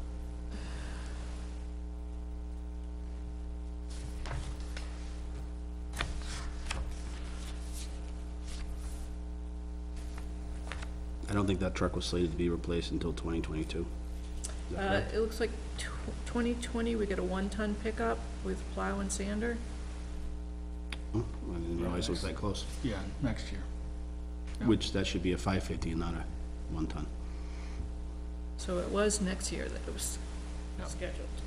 So I wonder, What's that dollar amount? You have it right in front of you? it's 90? Okay, so What's that in is, here? that is the 550, it just didn't update the description. So could we, what if we did this? What if we did the right pickup truck, whatever, the 550 or whatever, this year, and the excavator next year? Okay, but you're on the fence now about an excavator. Well, I won't be here next Yeah, year. but Donna's on the fence about an excavator right now. I'll be on the other side. There is a And need. look for it. out, board. There is a need for it. Why can't we wait till next year to replace the truck then? I mean, I don't doubt that we could, that if we had the excavator, it would be used. Don't doubt that. It's just like when the grader was first purchased, right? So, I don't doubt that. Right, I look at the excavator like Bennett said, so if you have an excavator, we know we have it down there at the town, but, and not, we're renting one, like he said, all of a sudden the clock starts ticking. And they go to use it, then something else comes up, and they, like we went down, the thing was sitting idle on the trailer, and they had something else going on where they could, What's the utilization of a new excavator? I mean, we keep hearing that there are projects that we could use it, and there's culverts and other Well, things. there's culverts that are not being, I don't know, what's the word, cleaned out, I guess, How many culverts? maintained, How many? we don't know. we don't know. That's something. There that could be we hundreds of don't them know. throughout the town, I mean, I don't know. How many culverts are there in town? There are a lot. Well, it's gonna be thousands. So, I mean, they could spend one whole month just using that, going, cleaning out all the, culverts and drainage, and if any that needs to be replaced, because I'm sure there's some that are gonna be coming up that need to be replaced, we don't have to go out and rent the equipment, we already have it. Donna, the one reason why I'm kind of for the excavator this year over the truck, if we had to balance it out, is just walk a few steps down and look at the river. The ice dams. We're in a world apart if the weather continues. I'm worried about the capacity, like, okay, so there's projects, but what's the utilization gonna be? Is it gonna be sitting there 50% of the time? No, Is it gonna be used 80% of the time? And do we actually have the manpower capacity to, you know, optimize the utilization of it? Well, think back to the example of the grader, right? A lot of the arguments against the grader were, you know, basically the same points. You know, how long, you know, how much time is it gonna spend sitting around waiting to be used? But, you know, fast forward today, would anybody argue that we don't need the grader? I don't think we could get by without it. Well, not with the number of dirt roads You know that what we I have in mean? town. But I mean, and as far as the excavator goes, there's a lot of routine, small ad hoc uses that have been described that you can't really quantify. You know you're gonna need it for X, Y, Z, but you can't quantify exactly how many man hours of time you're gonna need. You just know it's that type of work that comes up all the time. But there are, you know, to your point, there are projects that we can quantify, get a list from, Jack, for the bigger projects that we would need it for. You know, that we don't have to blob together in the middle of the summer while we rent one, that could be done more, I wanna see, on a more I wanna natural see a list basis. of all of those projects plus what all those little things are. the ad hoc stuff, yeah. Making like drainage on the side of the road. Yeah, it's culverts, Yeah. trenches and stuff, yeah. I can, you know, one thing I've seen done around town from time to time, the little gully on the side of the road. Yeah. Right, in the neighborhoods, like the one in my neighborhood hasn't been done since 2005, and everybody's gully's filling in Is that culverts. something realistically that the town is gonna go and do? Yeah, did- they did used to Mitchell do it last in years summer, they past, did yeah. Mitchell. Like, There's just not, well, there's not enough excavator to go around and do it on a regular basis. Donna, I think you're gonna find that an excavator is gonna get a lot more use than that grader. I think you're envisioning it's gonna sit a lot. It's not gonna sit. Okay, so my ask is a list from Chris of projects, routine or major planned. And then to Chris's point, you know, this is all gonna be dependent on what happens with the truck. Or what we need to do moving forward with the truck, so I think we have to delay the rest of this conversation till then. You mean, if we need to buy a truck? Well, I mean, Chris's recommendation or suggestion that he made a few minutes ago was that we kind of have to wait and see what's gonna happen with the truck. Well, I mean, we don't have to, but in the long-term thinking, probably would be beneficial to know what the next few years look like, but you, Well, if we've got on the CIP a new truck for next year, we're not that far off, right? We're through this winter, basically. You know, and regardless of whether you're gonna go out and buy a new one, or we fix that one, you're out of a truck for the rest of the season. Right, so we don't have a truck, because we're not gonna be able to buy it fast Right. enough and get it put into commission. And it's already on the docket for next year, so it's getting through this, the rest of this is, well, this next winter as well. Because we're not, if we oh, right, ask for an appropriation in 2020. right. It comes in service for the winter of late 2020. Yeah. But in terms of comparative productivity, if you wanna call it that, this truck, whether the old truck is repaired or new one bought early, what's the productivity level of that piece of equipment versus what the guys would get out of an excavator? I think you'd get Are they more out gonna of it. get more, do you think that the excavator is more of a productivity enabler just in the year ahead than the truck? Absolutely. Absolutely. Why? You can't dig a trench or unplug a culverts with a Okay. truck. So maybe we don't need a truck then. Well, you can That's- contract out for the pickup truck, even though it's really difficult to find people, right? So we could do that. We could get a dump truck, the big one. We get the 550 now, We're gonna need them both. Yeah. and what else we have? If we're successful in finding a public works director, that person needs to get around town somehow. Yeah. You've got We three don't 10 have wheels, you've a got vehicle to six do wheel, that but, right now. You know, that six wheel is gonna be replaced, so. If, 550. if the crew is gonna be working and One for using our 100 people, 550, really? Right. Well, it seems like this board needs to make to me, I think this board needs to make a decision tonight about which direction to go, or at least provide guidance to Chris on which direction to go. So to me, I'm just pointing out what I think the direction is the direction is either Chris switch the truck and the excavator on the year of purchase, or when it goes, or keep it status quo. What do you mean, keep it status quo? Keep it the way it is right now, Excavator. which is excavator and then truck. I think that's the decision we have to make. But can we do that without knowing the status of? You know what, let's just throw that out, because it sounds like that the truck's probably, the truck is on the docket anyways for Next year. next year, so. And So trashed, what is the value of the truck? Roughly? we won't know until they look at we it, won't know. Less until- than 10, right? most likely. Yeah. And that 10 grand isn't gonna get you an excavator or a replacement truck. So, the excavator's a target of opportunity this year because we have a fund balance. And the truck's on schedule for next year anyways. We don't have, I mean, we can take the, I don't think we'll have enough in the, you have the CIP up in front of you, Charlene? Will we have enough in the fund balance to buy that truck next year? I think we do. I mean, in the reserve fund? Reserve fund. Reserve fund?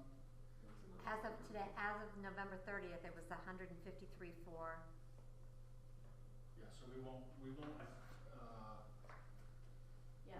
you'll be in the same position next year, not having the money to buy, let's say we go forward with an excavator from fund balance this year. If we wanna buy a 550 next year, we have no money in reserve ready to do that, so you're in the same position here. But you understand, Tony, the difference between the reserve and the fund, yes, oh, yeah, yes, fund balance. yeah, so we need. Basically, we're saying, do you wanna take money out of savings to buy an excavator? Right. Yeah, because we need this year's 100 to get to the dump truck that we need to replace. Right. So is next year's truck coming out of the highway CRF? No, Okay. there's no money there. Well, Assuming the dump truck gets approved. well, it says CRF on the CIP. Well, that's where it would, Well, that's Because there's a hundred and fifty-three there, we're putting in another hundred. And then we're spending 250 on. budget, right? We're spending it would be a, 225 right there. it'd be one. Would that be one? Right. So it was the fact that Right. they wanted. So that, Actually, That was no, under it the was in budget. the budget. It's gonna eat But- this, So it's that's, just a this little one, bit left the over. 550 would fit in this one too, And wouldn't it? that's not gonna be enough to buy the truck next year. correct. So by, He just thought of something. Put the 550 in this year's budget, Yeah. which is the 90,000. And then still take the excavator out of the fund balance? Yep.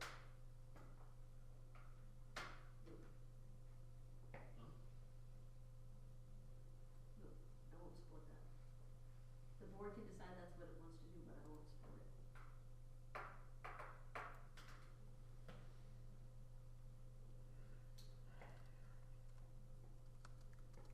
You won't support the excavator, or you won't support the truck? I won't support doing both of them this year. Okay. And I'm not convinced on the excavator either way.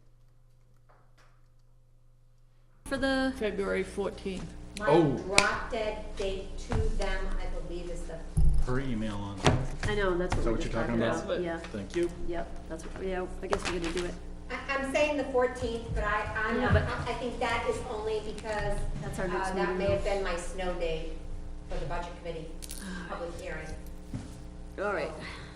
I think the 11th is actually really your drop dead date. happy Valentine's Day. Okay. All right, we're gonna talk about it tonight. Dedication for the annual report. Charlene sent out a email. Did you guys all see that? Yes. Did you have any, thoughts on that? Any other suggestions? I'm all for it. We had discussed it a few months ago, right? And we were, Last meeting, Or 2 weeks ago, one or the other. oh, it was a It's all while, just it a was a while blur. back. It was TV's a off, now while it's back gonna get a little farther. nutty. We were, kind of, if I remember correctly, we were all kind of in consensus that the selections were, I gotta admit, I don't know, Harvey. I don't know anything about him. He was married to Laurie Bogard, and he owned the timber company. He's the one who had the accident. Right. And he's pretty well known. He's living in town, so that's kind of, Can we put in there somewhere that, recognize the two people that, we're doing that in the Board of Selectmen letter. okay, good. You didn't get the memo? Didn't Chris give you the action item? Give you a list. I emailed you a list. We piled that on you last time, no problem. Did I tell you I'm going out of town? For the Selectmen letter? And where For the did, annual when did report? you send that to me, Oh, Chris? let me look that up. it was right behind the cover letter on the TPS report. I don't believe I have that. Find the cover letter on the what? TPS report. I don't believe I got that, Chris. Oh, I bet you did. No, we actually came up with a lot of good ideas. for Yep. the- Well, since I wasn't there and you guys discussed it, I Nope, think, you are the writer. I'll find it. I could be wrong, Chris, but I'm looking at everything from you right here. Well, the forum articles, we did discuss it. All right, I'm gonna find it. You know that one I sent you that I didn't mean to send you? Was it on that? It was the right day. I worry that I didn't send it to you. I don't think you did, honestly. I think you might be right. Okay. So you didn't mean to send it, and you didn't send it. I think didn't. you're doing all right. I sent her something that I did not mean to send On her. second thought, let's postpone that non-public. Well, thank you for, now I understand how you got that, because that was, yeah, Fine. I'll send it to you. Okay, fine. I'll recreate it and I will send it to you. I mean, I don't have any other suggestions. I'm fine. with Okay. that. I'm fine with that. I All don't right. have any other suggestions. Is there a person you mentioned? I didn't hear it. Yeah, you don't need, it's usually a surprise. and Good, then- okay, Yeah. that's what I wanna make sure. I didn't hear it, and I don't wanna. Yeah, no spoilers. For the record, it's not you. Oh, yeah. That is so disappointing. All right, all good, Chris? Yes, you closed the topic that from your email, you're good with it? Everybody's Yeah, good we're with good, that? we're We're good with going that. with it, Okay. moving forward, I'm good. But I think there's a write-up that's still owed. for the selectmen letter, for the annual report, that you have to do. Due date is the but the- 31st. Gotta get it cracking. Your report is due the 31st of this month. Well, good luck getting it from me. Hey Donna, no pressure, okay? No pressure. It depends on how good the list is. It's a decent list. How good are your copy and But paste does it have skills? facts or just list of other things?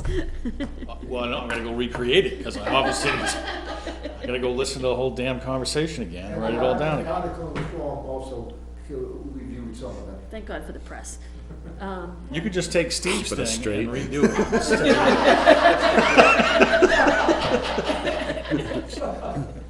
Okay, but in Charlene's recommendation, there were 2 people.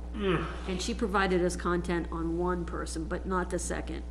And all I'm saying is, I'm not the one to write that content, because I don't. I had suggested maybe Gunner. Yeah. Because there was some more Okay, so familiarity you're there. thinking Yeah. Gunner's gonna write it? Well, asking. Don't ask. Well, I'm not, Chris? no, I'm not taking that one since I've gotta do the whole No. report. No, yeah, Okay, so who's taking it? Gunner. Gunner is not gonna write it. Somebody has to interview Gunner and then write it. I can write it. All right. It's my stupid idea. Steve, You're you ready? leaving anyway. Do something. Seriously. All right, we ready? Yes. I make a motion that we enter into non-public in accordance I with, second it. in accordance with RSA 91 Dash. A:3A. Second. Roll call. I, Ben Bartlett. Hi, Tyler Eaton. I Charlene Anderson. Hi, Donna Danis. Hi, Tony Dumas. All right, good night, everybody.